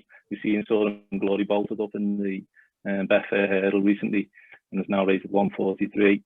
Next time out, beat a horse called Runswick Bay, again over 2 mile 1 on decent ground. Runswick Bay actually runs tomorrow for Emma Lavelle at Newbury, so might give it a point towards his form. Then he stepped up in trip, and he really appreciated the step up in trip at the Old Tennessee meeting when he won. Again, what I thought was a fairly strong race. Horse called S Perfecto ran in that race, who I'm a fan of. He came out and travelled really well off a mark of 133 last week at Newbury. Again, and I just think that's another solid piece of form. And the Cello, Stargate's a horse that Evan Williams think the world of. and we've seen the Glanton Queen and Wild About Oscar come out and won out of that race. I just think his form is pretty solid. I can't really see him not running his race. He's got form on good ground. The trip's ideal. Paul Nicholls doesn't tend to run many in this race. He will only send one there if he thinks he's got a chance. If there's any 4 to 1, 9 to 2 knocking about, he's probably one of the rock solid each way bets of the week for me. Fantastic, fantastic. Hope you're building up your doubles and trebles, guys, in your trixes. Yeah. You all right, Paul, if I give everybody your number so they can come back to you? Message me on Twitter. It's all right. Just one quick question. I did touch on this with Matt Chapman earlier. The champion bumper, Kill Crew. I think, apart for me, Happy Go Lucky is the banker of the week for me. But I think Kill Crew is bomb-proof. I can't see that losing the bumper. I cannot see that losing the bumper. I think the champion bumper this year has got 2 outstanding candidates at the top of the market. And for that reason, I don't think it'll be as big a field as usual, because I think a lot of horses won't want to take them on. Now, obviously, the second favourite, Sir Gerhard, has moved from Gordon to Willie. So Willie must be like 2s on, 3s on to win the race now, because he's got the top 2 in the market. Yeah. But they both beat the same horse. Let's be clear about it. Kill Crew beat him by I think it was 11 lengths, and Sir Gerhard around 4.5 lengths at Navan. But the Navan race was really slowly run, as opposed to the race at Leopardstown in Grade 2, which was run at a furious gallop. And people are holding this against Kilcrut, saying he only won the race because of the strength of the pace and he came through, but there was no other horse that could travel through on the bridle. So I don't really see that was a negative. And as Matt Chapman touched on, the time before when he won at Navan on his first start for Willie Mullins, he travelled exactly the same. If you go back and watch that race, he travelled exactly the same. So of the pair, I'd favour Kilcrut myself. It'll be interesting to see. Again, we still don't know if Patrick's going to ride next week, and obviously with all the other news that's gone on this week, there hasn't been much talk about whether he's going to turn professional, which was the big news story the week before. So jockey bookings are going to be key. Whatever Patrick or Paul Town, I'd be shocked if they didn't ride. Number one, they didn't ride Kilcrut, to be honest. As you say, visually, it's not very often that you see a bumper horse win in the manner that he won. I would say he'll take a bit of stock. And I'll just say that Harry Skelton gave a mention to his ride in that race the other day when we were on the 25 to 1 shot. She's a filly down the bottom called LF Bell. She won on the bridle at Aintree early on in the season. I was there that day. It was October or November in the gloom, and I think there was about 4 people left on track. But the way Harry gave his celebration as he goes past the post, like he's won a big race, to Tom Mendes, which kind of implied that he thought the mare was quite good. And when I spoke to him afterwards, that was the case. They rate her quite highly. She then went to the listed bumper at Cheltenham. I think somebody will remember. That was a bit of a controversial race that she dead heated in when the photograph he couldn't really make out in the gloom.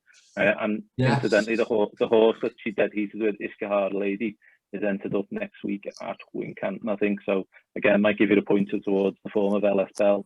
I thought she would have gone. I thought the Skelton mare would have gone to the mare's race at Aintree, back to the course and distance where she won. So I think the fact that they're prepared to pitch her in against the boys, I think speaks volumes. And Harry did speak highly of her. So if you were interested in that, 25 to 1, and now I can see this field cutting up quite a bit. They've already said let's be clear about it. Mightn't come over because he's already been beaten by the top 2 in the market. I think he's 4th favourite. So I think we'll be down to around 8-10 runners, which will be unusual for the champion bumper this year. If we can draw your attention now, Paul, to the final day of the festival, because it looks like it could be a fantastic kickoff on the Friday for Alan King, doesn't it? In the Triumph. I can't see past Tritonic, and I know he's getting back now. He's into 6 to 4, 7 to 4 in places. But what's your view on this Tritonic against Zanahiyr? Obviously, we don't know if Zanahiyr is actually going to come over now because of the Elliott connections. But I think at this stage, we're going to assume that they will come over. Hopefully, they will anyway. It won't be the same if these horses are forced to miss. Zanahiyr, to be honest, towards the end of last week, he was going to be one of my bets of the week, to be honest. So Tritonic has sort of put a cat among the pigeons there with his performance at Kempton. I liked him at Ascot, Tritonic, and I think the fact that he'd been off, that was his first start since October on the flat, so I think he was entitled to improve fitness-wise, which he clearly did at Kempton. I would want to see him brush his hurdling up a little bit, to be honest, Tritonic. I don't think he'll get away with jumping as actually as he did at Kempton, but the quicker he went, he seemed to jump better. His best jump was at the final hurdle, I thought. But the way he quickened away, I don't think anyone could fail to be impressed by his final 100, 150 yards. I know Max and Adrian think the world of him. As Matt Chapman touched on before, 99 rated on the flat. He was kind of making out that he's a stayer, but you can't be a slow horse to win an Adonis over 2 miles on good ground and finish second in a mile 2 handicap at Royal Ascot. You're not a slow horse. It's, in my mind, I've thought of him as an entry horse, to be honest, all year for the 4-year-old anniversary hurdle. Obviously, now we're going to have a proper match-up with him and Zanahiyr. I just do think Zanahiyr's form is slightly stronger, and we've seen him do it. We've seen him do it at a decent level twice now. His performance at Fairyhouse was hugely impressive. I don't know, I'm not so much a clock watcher myself, but he also impressed the guys who do the time sectionals and things that day. He was really impressive, and then he showed that he wasn't inconvenienced by a slow pace when he won at Leopardstown over Christmas. So Zanahiyr, for me, would just about edge it, because I think his hurdling so far has just been that little bit better. Although I would say I would have ideally would have preferred to have seen him again between Christmas and now. But the way the betting's going, I'd just side with Zanahiyr around 5-2.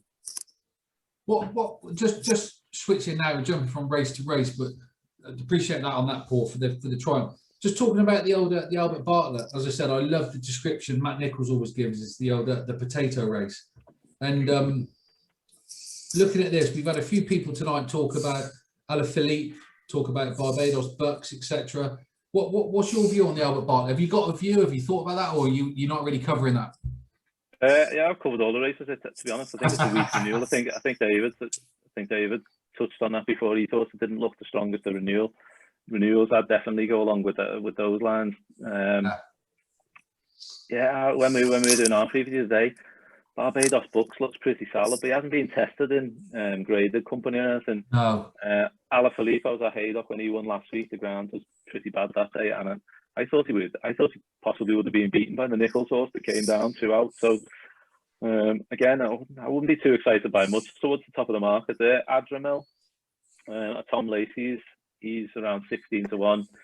He won the Grade 2 Leamington at Warwick. I'd say stepping up in triple probably suit him. And on a line for him, the one the other night that I just thought was potentially well overpriced, and again he'll get a point to his form tomorrow through a horse called Any News of Neil Mulholland's up at Kelso. It's a horse that David Pipes called Make Me a Believer. I don't know if he goes for this race. He's entered in 2 of the novice hurdles, but he was only a couple of lengths behind Adramel in the Warwick race, and they actually, the same 2 horses ran against each other in an RS point to point, which and Make Me Believe was upside them when falling. Adramel's 14-1, and Make Me Believe is 40-1 here. So he's a Cheltenham winner. He beat Any News, getting a little bit of weight at Cheltenham earlier in the season. Again, the trips are unknown with him. He's stepping up half a mile, but 40-1, you can take a chance on those small stakes. Right, let me paint the picture then, Paul. It's about 10-5 on the Friday afternoon. Normally, several of us or loads of us would all be stood at Cheltenham now, done our brains. It's the last race of the festival. We go into the Martin Pipe, the good old savourer, the Martin Pipe. We're all looking on to try and get some money now to go into the 21 Club in Cheltenham and go and have a beer. What's the bet for you in the Martin Pipe? Do you think the leader in the market, wide receiver in Grand Parody, are good for their 10-1, or well, what do you think about the Champagne Gold? Yeah, I'd be less excited by him, to be honest. Well, before wide receiver ran at the Dublin Racing Festival, I was quite keen on him for this race. He's got the connections who've targeted this race. Gordon Elliott, Gigginstown have a fantastic record in the race. He looked like he had the ideal profile. The race he won when he won his maiden hurdle was a good race. Beating a horse called Ashdale Bob. He had a couple of winners in behind that day. But he was bitterly disappointing last time. So kind of tempered my enthusiasm on him. I was going through this race today, and if Gentleman to me does come here, it's not certain. Yeah, he's in the Ballymore as well.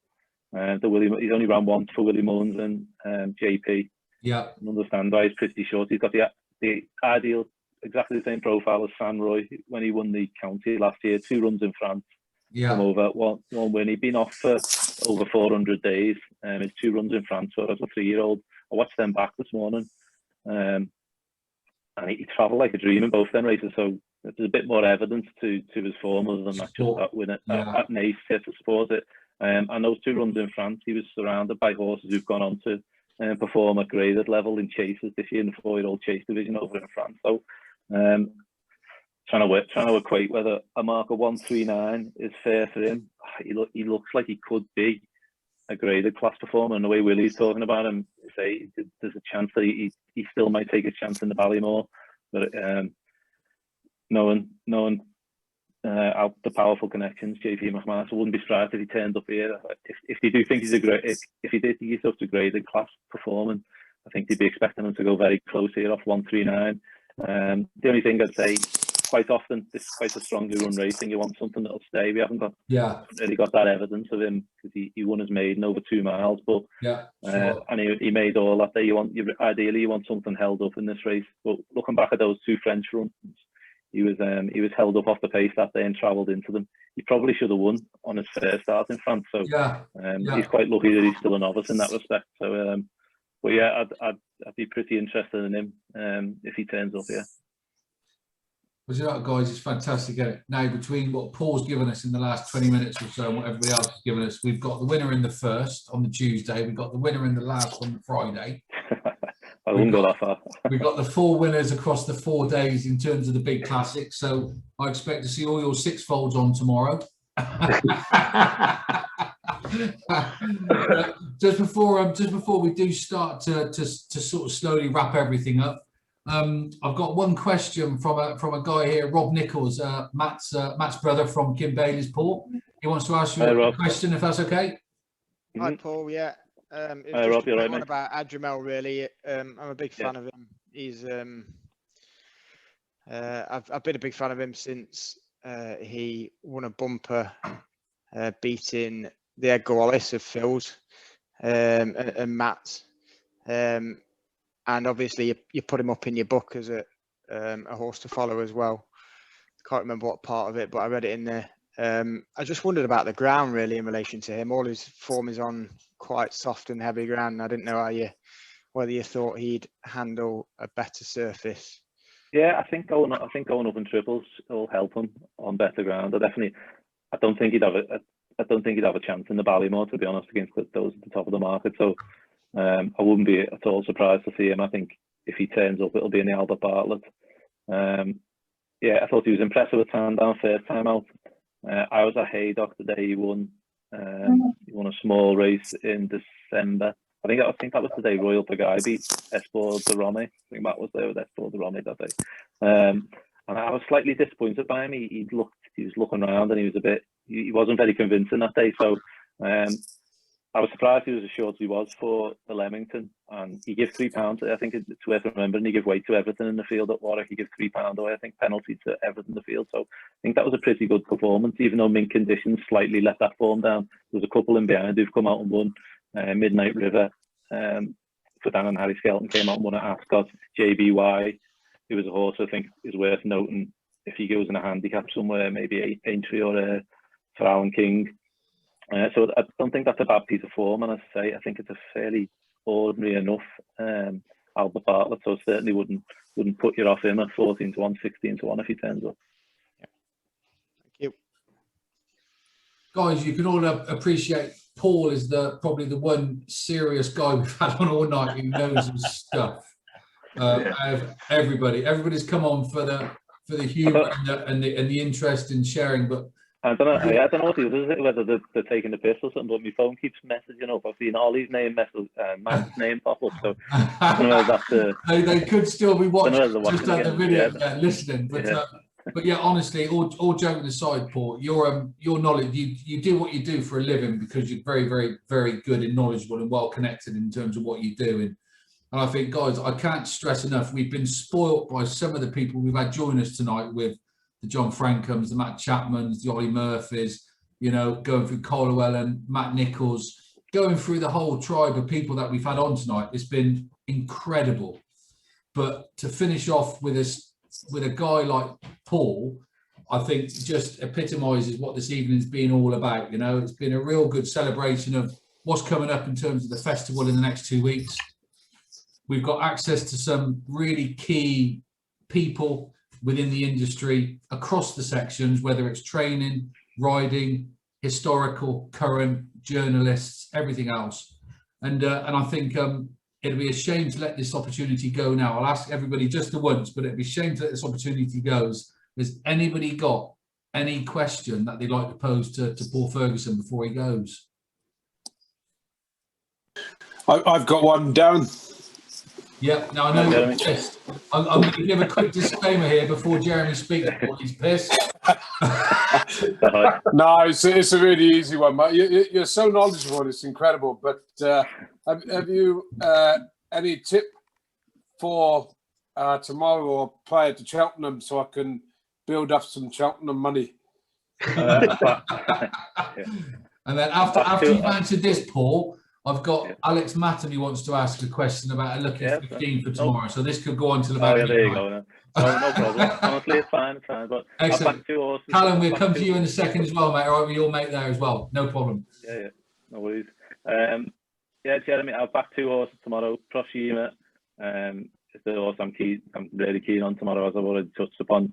I think he'll take a bit of beating at Newbury. And the other one is at a big price, actually, up at Kelso. This is a bit of a chancy one. Proshima was entered in the Moor Battle Hurdle up at Kelso, but obviously he's running at Newbury instead. I've taken a chance there in the hope that the ground continues to dry out on Skadora at big odds. I think he was 33s earlier. I looked before, and he's a sea of blue at the moment. I'll just check it, but I think he's still 25 to 1. He's trained by Neil Mulholland. He's been off a while. He's been chasing, but he's a strong travelling horse. He just wants better ground, I think. And given that the horse I touched upon earlier, any news runs for the same connections, I would imagine that he's probably mapped this out for a bit of time. Neil's a shrewd operator, and I would imagine that he's had this race in mind for him.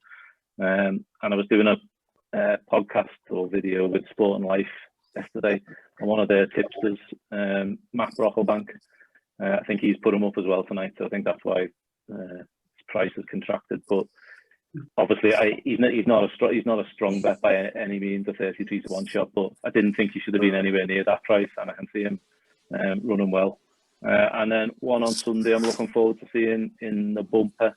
I actually haven't had a chance to look at the opposition yet, though, but one horse that I liked first time out, the horse of Dan Skelton's, called Quid Pro Quo, runs in the bumper at Huntingdon.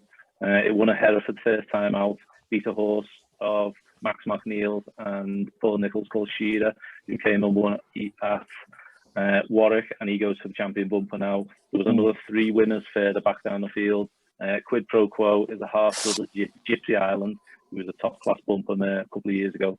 And I thought he could actually be one for one of the championship races. So he's got a £7 penalty on Sunday.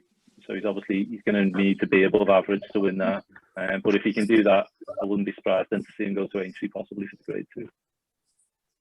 Oh, that's awesome! Thank you so much. They've all just shortened in price. So I think Darren must be on the exchanges. Did you notice I jumped out the room? I went onto my other computer. Oh, brilliant!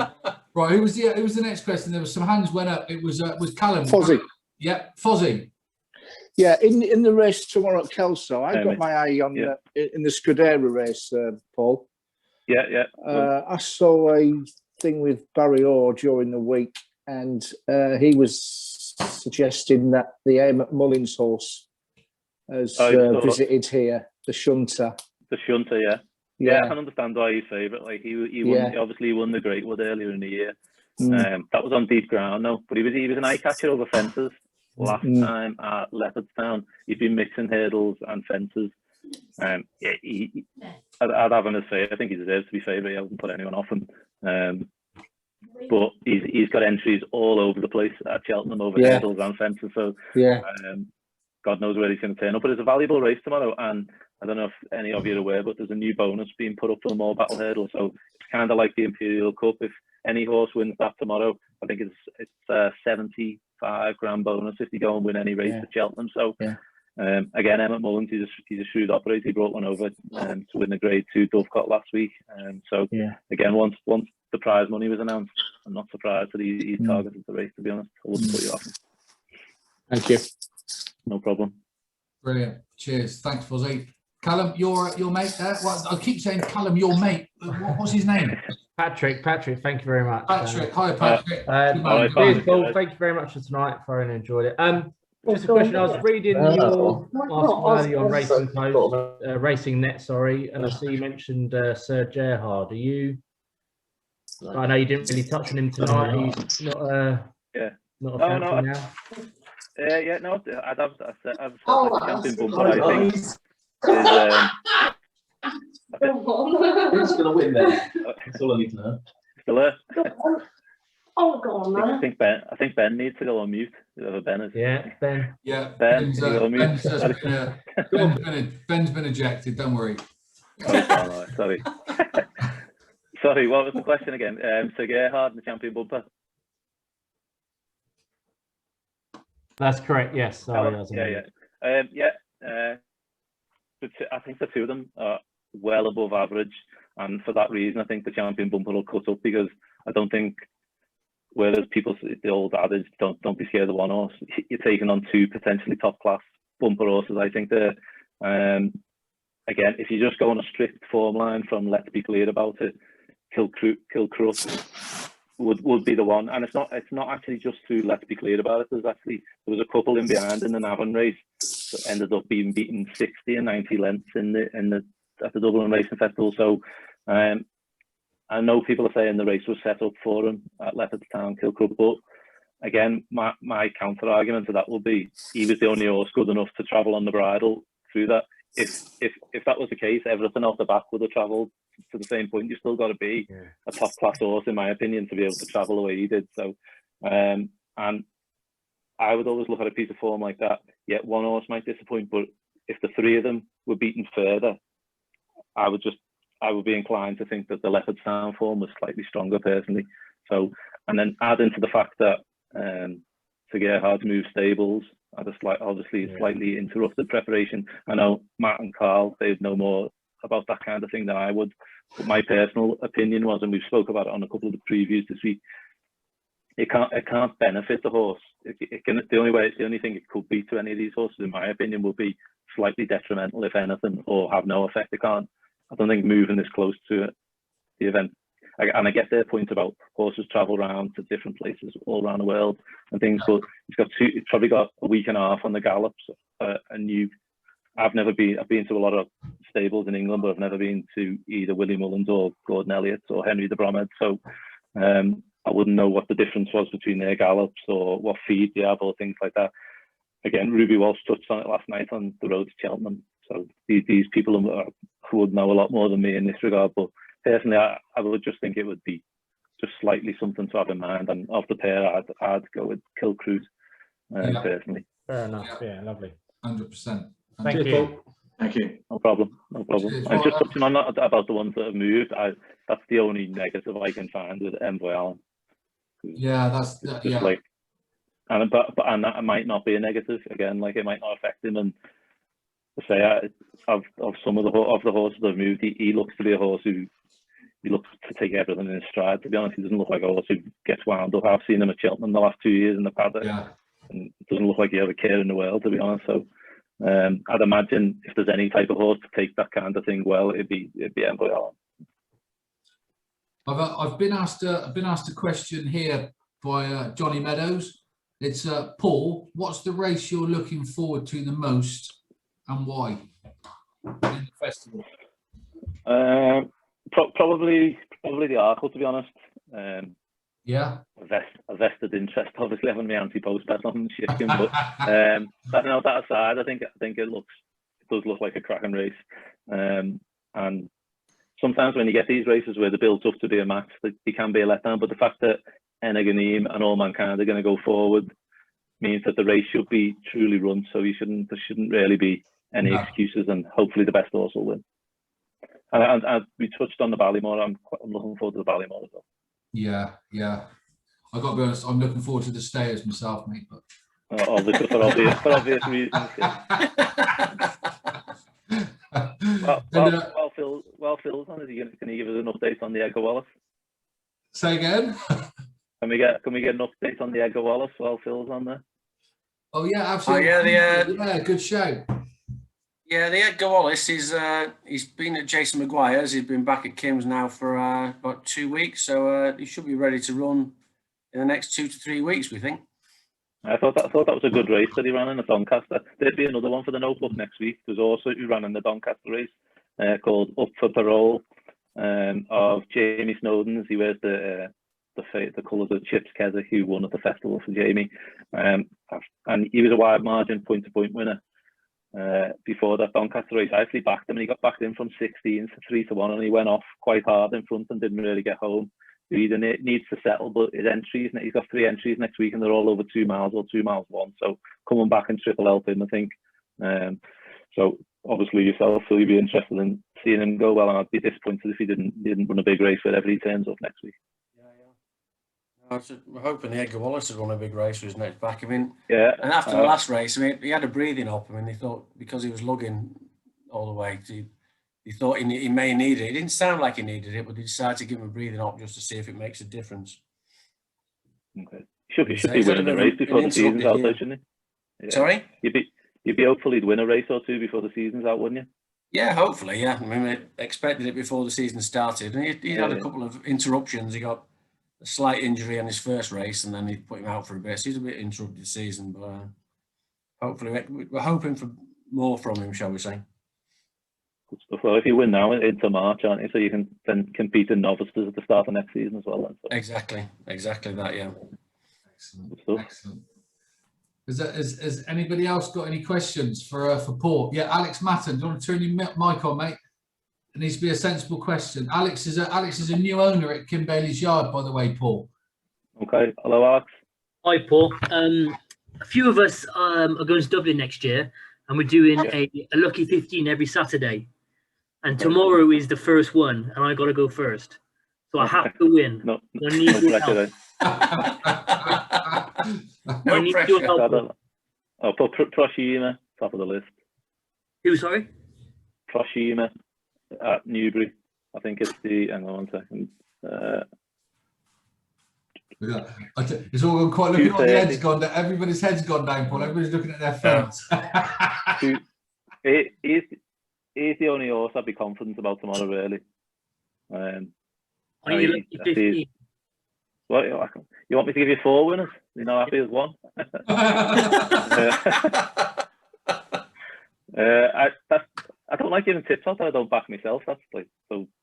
Let me have a quick look. Hang on 1 second. 7 to 4. That looks a smash out bet, doesn't it? That looks fantastic for tomorrow.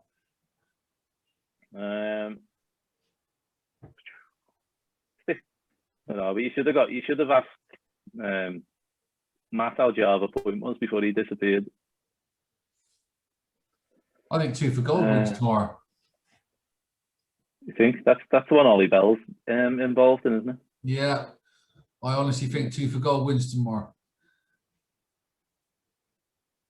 See that novice hurdle's tight up. Is Cloth Cap definitely running tomorrow in Carlson? Yeah, he runs. Yeah. I say that's the only win bet I've had tomorrow is Proxima. I don't have many bets, particularly on a Saturday. I tend to bet more during the week. I reckon you got Proxima, mate, and I reckon you got Java as your double tomorrow. Done. As I told you, I've backed Skidor, but only a small bet each way at big odds. We've got Peter Kerr on the call, who's the syndicate manager at the yard, and I've met some shrewd people in my life, and I tell you what, he is one of the shrewdest.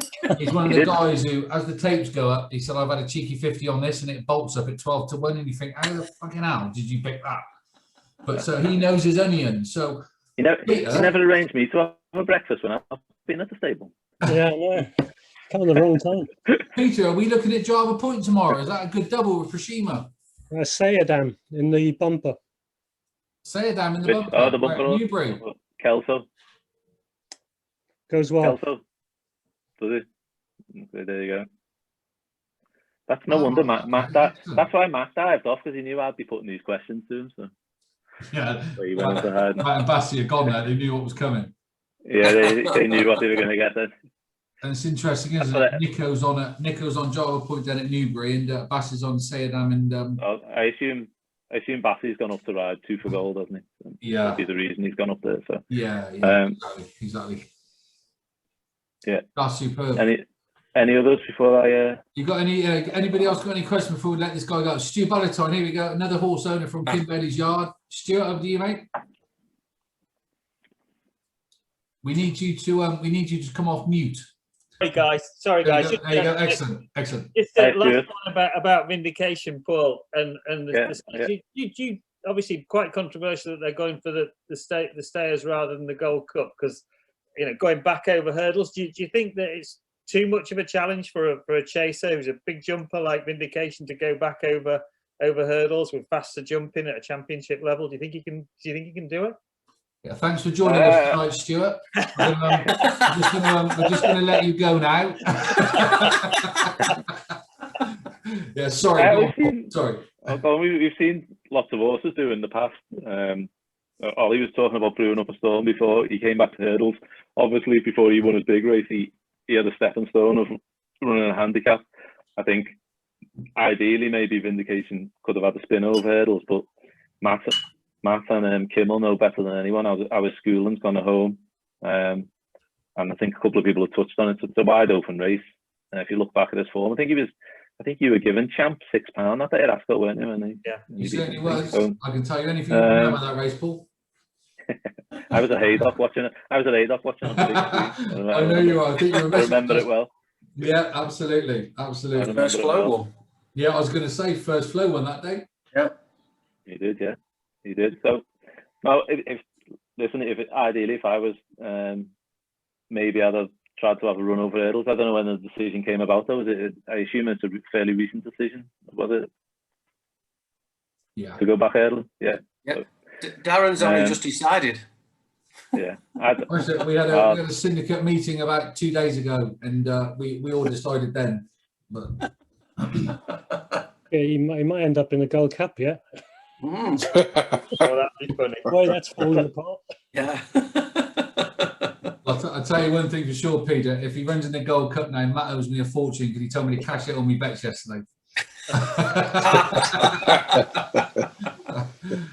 But no, listen. Yeah, go on. Yeah, you carry on, Phil. It's for Paul. This is from Kev McGrath, who for some reason he's lost his voice. I mean, it's something we prayed for when we were at college together, but it's happened now. He just moving off from Cheltenham. We just thought if you got any thoughts about the Grand National. It's very rare. I can't remember the last time I had an anti-post bet on the National, to be honest, but I've backed Burrows Saint a couple of times. But I would say I've been slightly disappointed with him this season. I backed him at the start of the season before he ran. And then after his first run, when he just looked like he blew up to me, and he went out 33 to 1, I backed him again. And then in the Galmoy hurdle, again, I was slightly disappointed, but the ground was absolutely atrocious that day, so I was happy to put a line through that. On the fact that, surprisingly, given his size and his breeding, all his better form is on fairly decent ground. Even when he won the Irish National, I think it was good to yield in that day. So again, I think that in the Galmoy hurdle, I think the instruction would have been if once he's beaten, he's off him. So again, I was relatively happy with that. I would have expected, really, I probably would have liked to have seen him beating Acapella Bourgeois last week in the Bobby Joe chase, but then the market kind of told you that he wasn't really expected to beat him, because he went from he drifted from 11 to 8 to 5 to 2, I think, or 9 to 4. And he did travel like the best horse in the race. So again, Willie didn't seem perturbed in his interviews afterwards. So again, I'll try and retain the faith that he'll turn up in top shape. I'm assuming that everything has been geared around the Grand National. It was last year, and I fancied him last year. The only sort of query I had against him last year, the fact that he was only 7. It's a tough ask for a 7-year-old. going to the Grand National. So the fact he missed that might end up being a blessing in disguise for him, that it's his first go over the national fences. I know there's a lot made of the course experience at Aintree, but since the modification of the fences, I think sometimes you'd be better off going on the national first time out and taking your chance. Personally, that's like, you don't really get many horses who win the Beecher or that nowadays, who then go on these kind of. So he's a classier type of horse. If you put Paul O'Saint in the Gold Cup, I wouldn't think he'd be too out of place personally. I think he's got that much ability. So yeah, he'd be the one. I think Cloth Cap is probably, on the basis of this year's form, is probably the right favourite. I might shorten again after tomorrow, but he really would need genuinely good ground, I think, to show his best. The ground was really decent when he won the Hennessy, the Ladbrokes Trophy this year, and he really bounces off it. So again, we'll see him tomorrow. The drying conditions will suit him. I think they probably think it's a little bit on the soft side, but yeah, Burrow Saint is the one that I've started with already in the national. Gents, I'm just going to unmute you all so we can all say I'll sort of give a round of applause to Paul. I think I've asked you all to unmute your mics and everything just to say thank you very much to Paul, because I think we've had a great evening and I think Paul has been very influential in a lot of information. Cheers, Paul. Thank you very much, mate. Thank you, everyone. And now I know that a lot of them are drunk, so I'll mute them all very quickly. No, I'm only joking.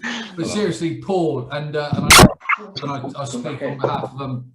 If you can, a few of you, if you can just mute, then that'd be great, because there's things going on in the background, which isn't very good.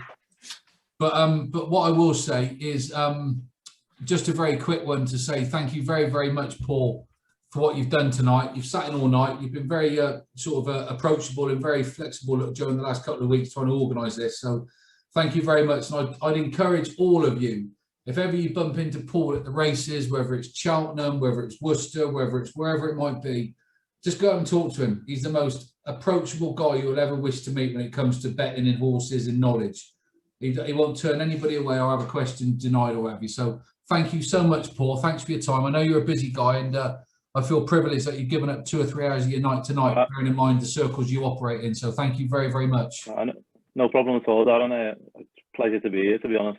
Just say well done to yourself for raising the money for charity. And as Darren said, if any of you, once everyone's back on course, if you ever see me there, feel free to say hello.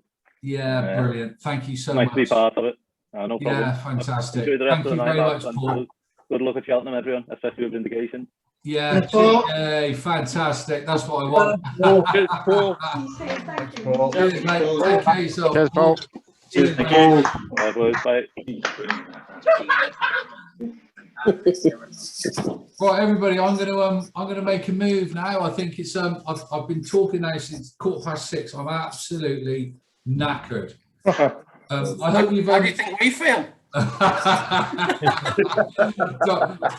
wonder how many times people probably thought it would be worth paying 30 quid not to listen to that shit. It was fantastic, mate. Absolutely fantastic. Brilliant job. Brilliant. Well done, Darren. Well done, Darren.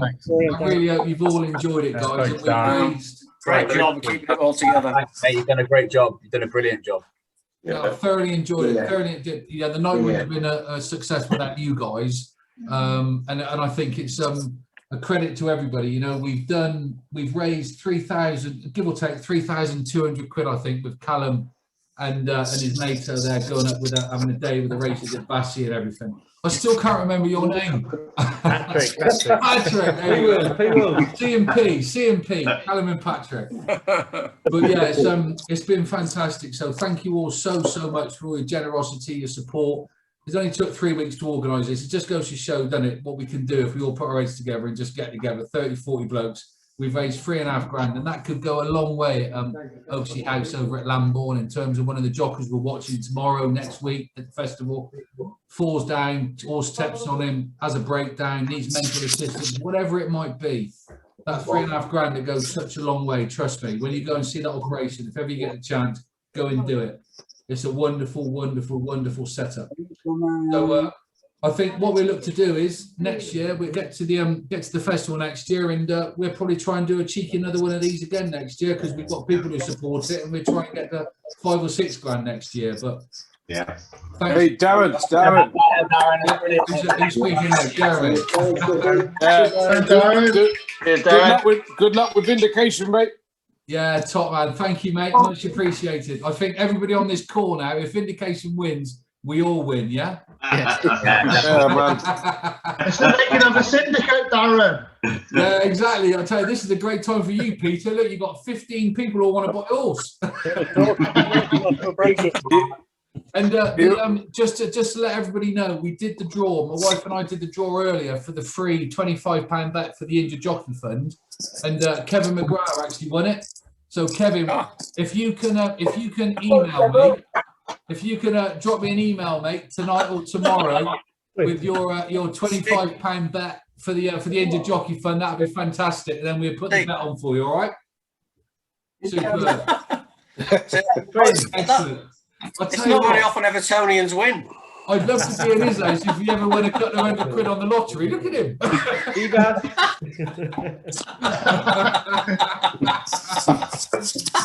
But no, on a serious note, I'm gonna crack on and have a beer. I'm gonna have a game of poker now with my mates. So fantastic, Darren. Well done, mate. Cheers,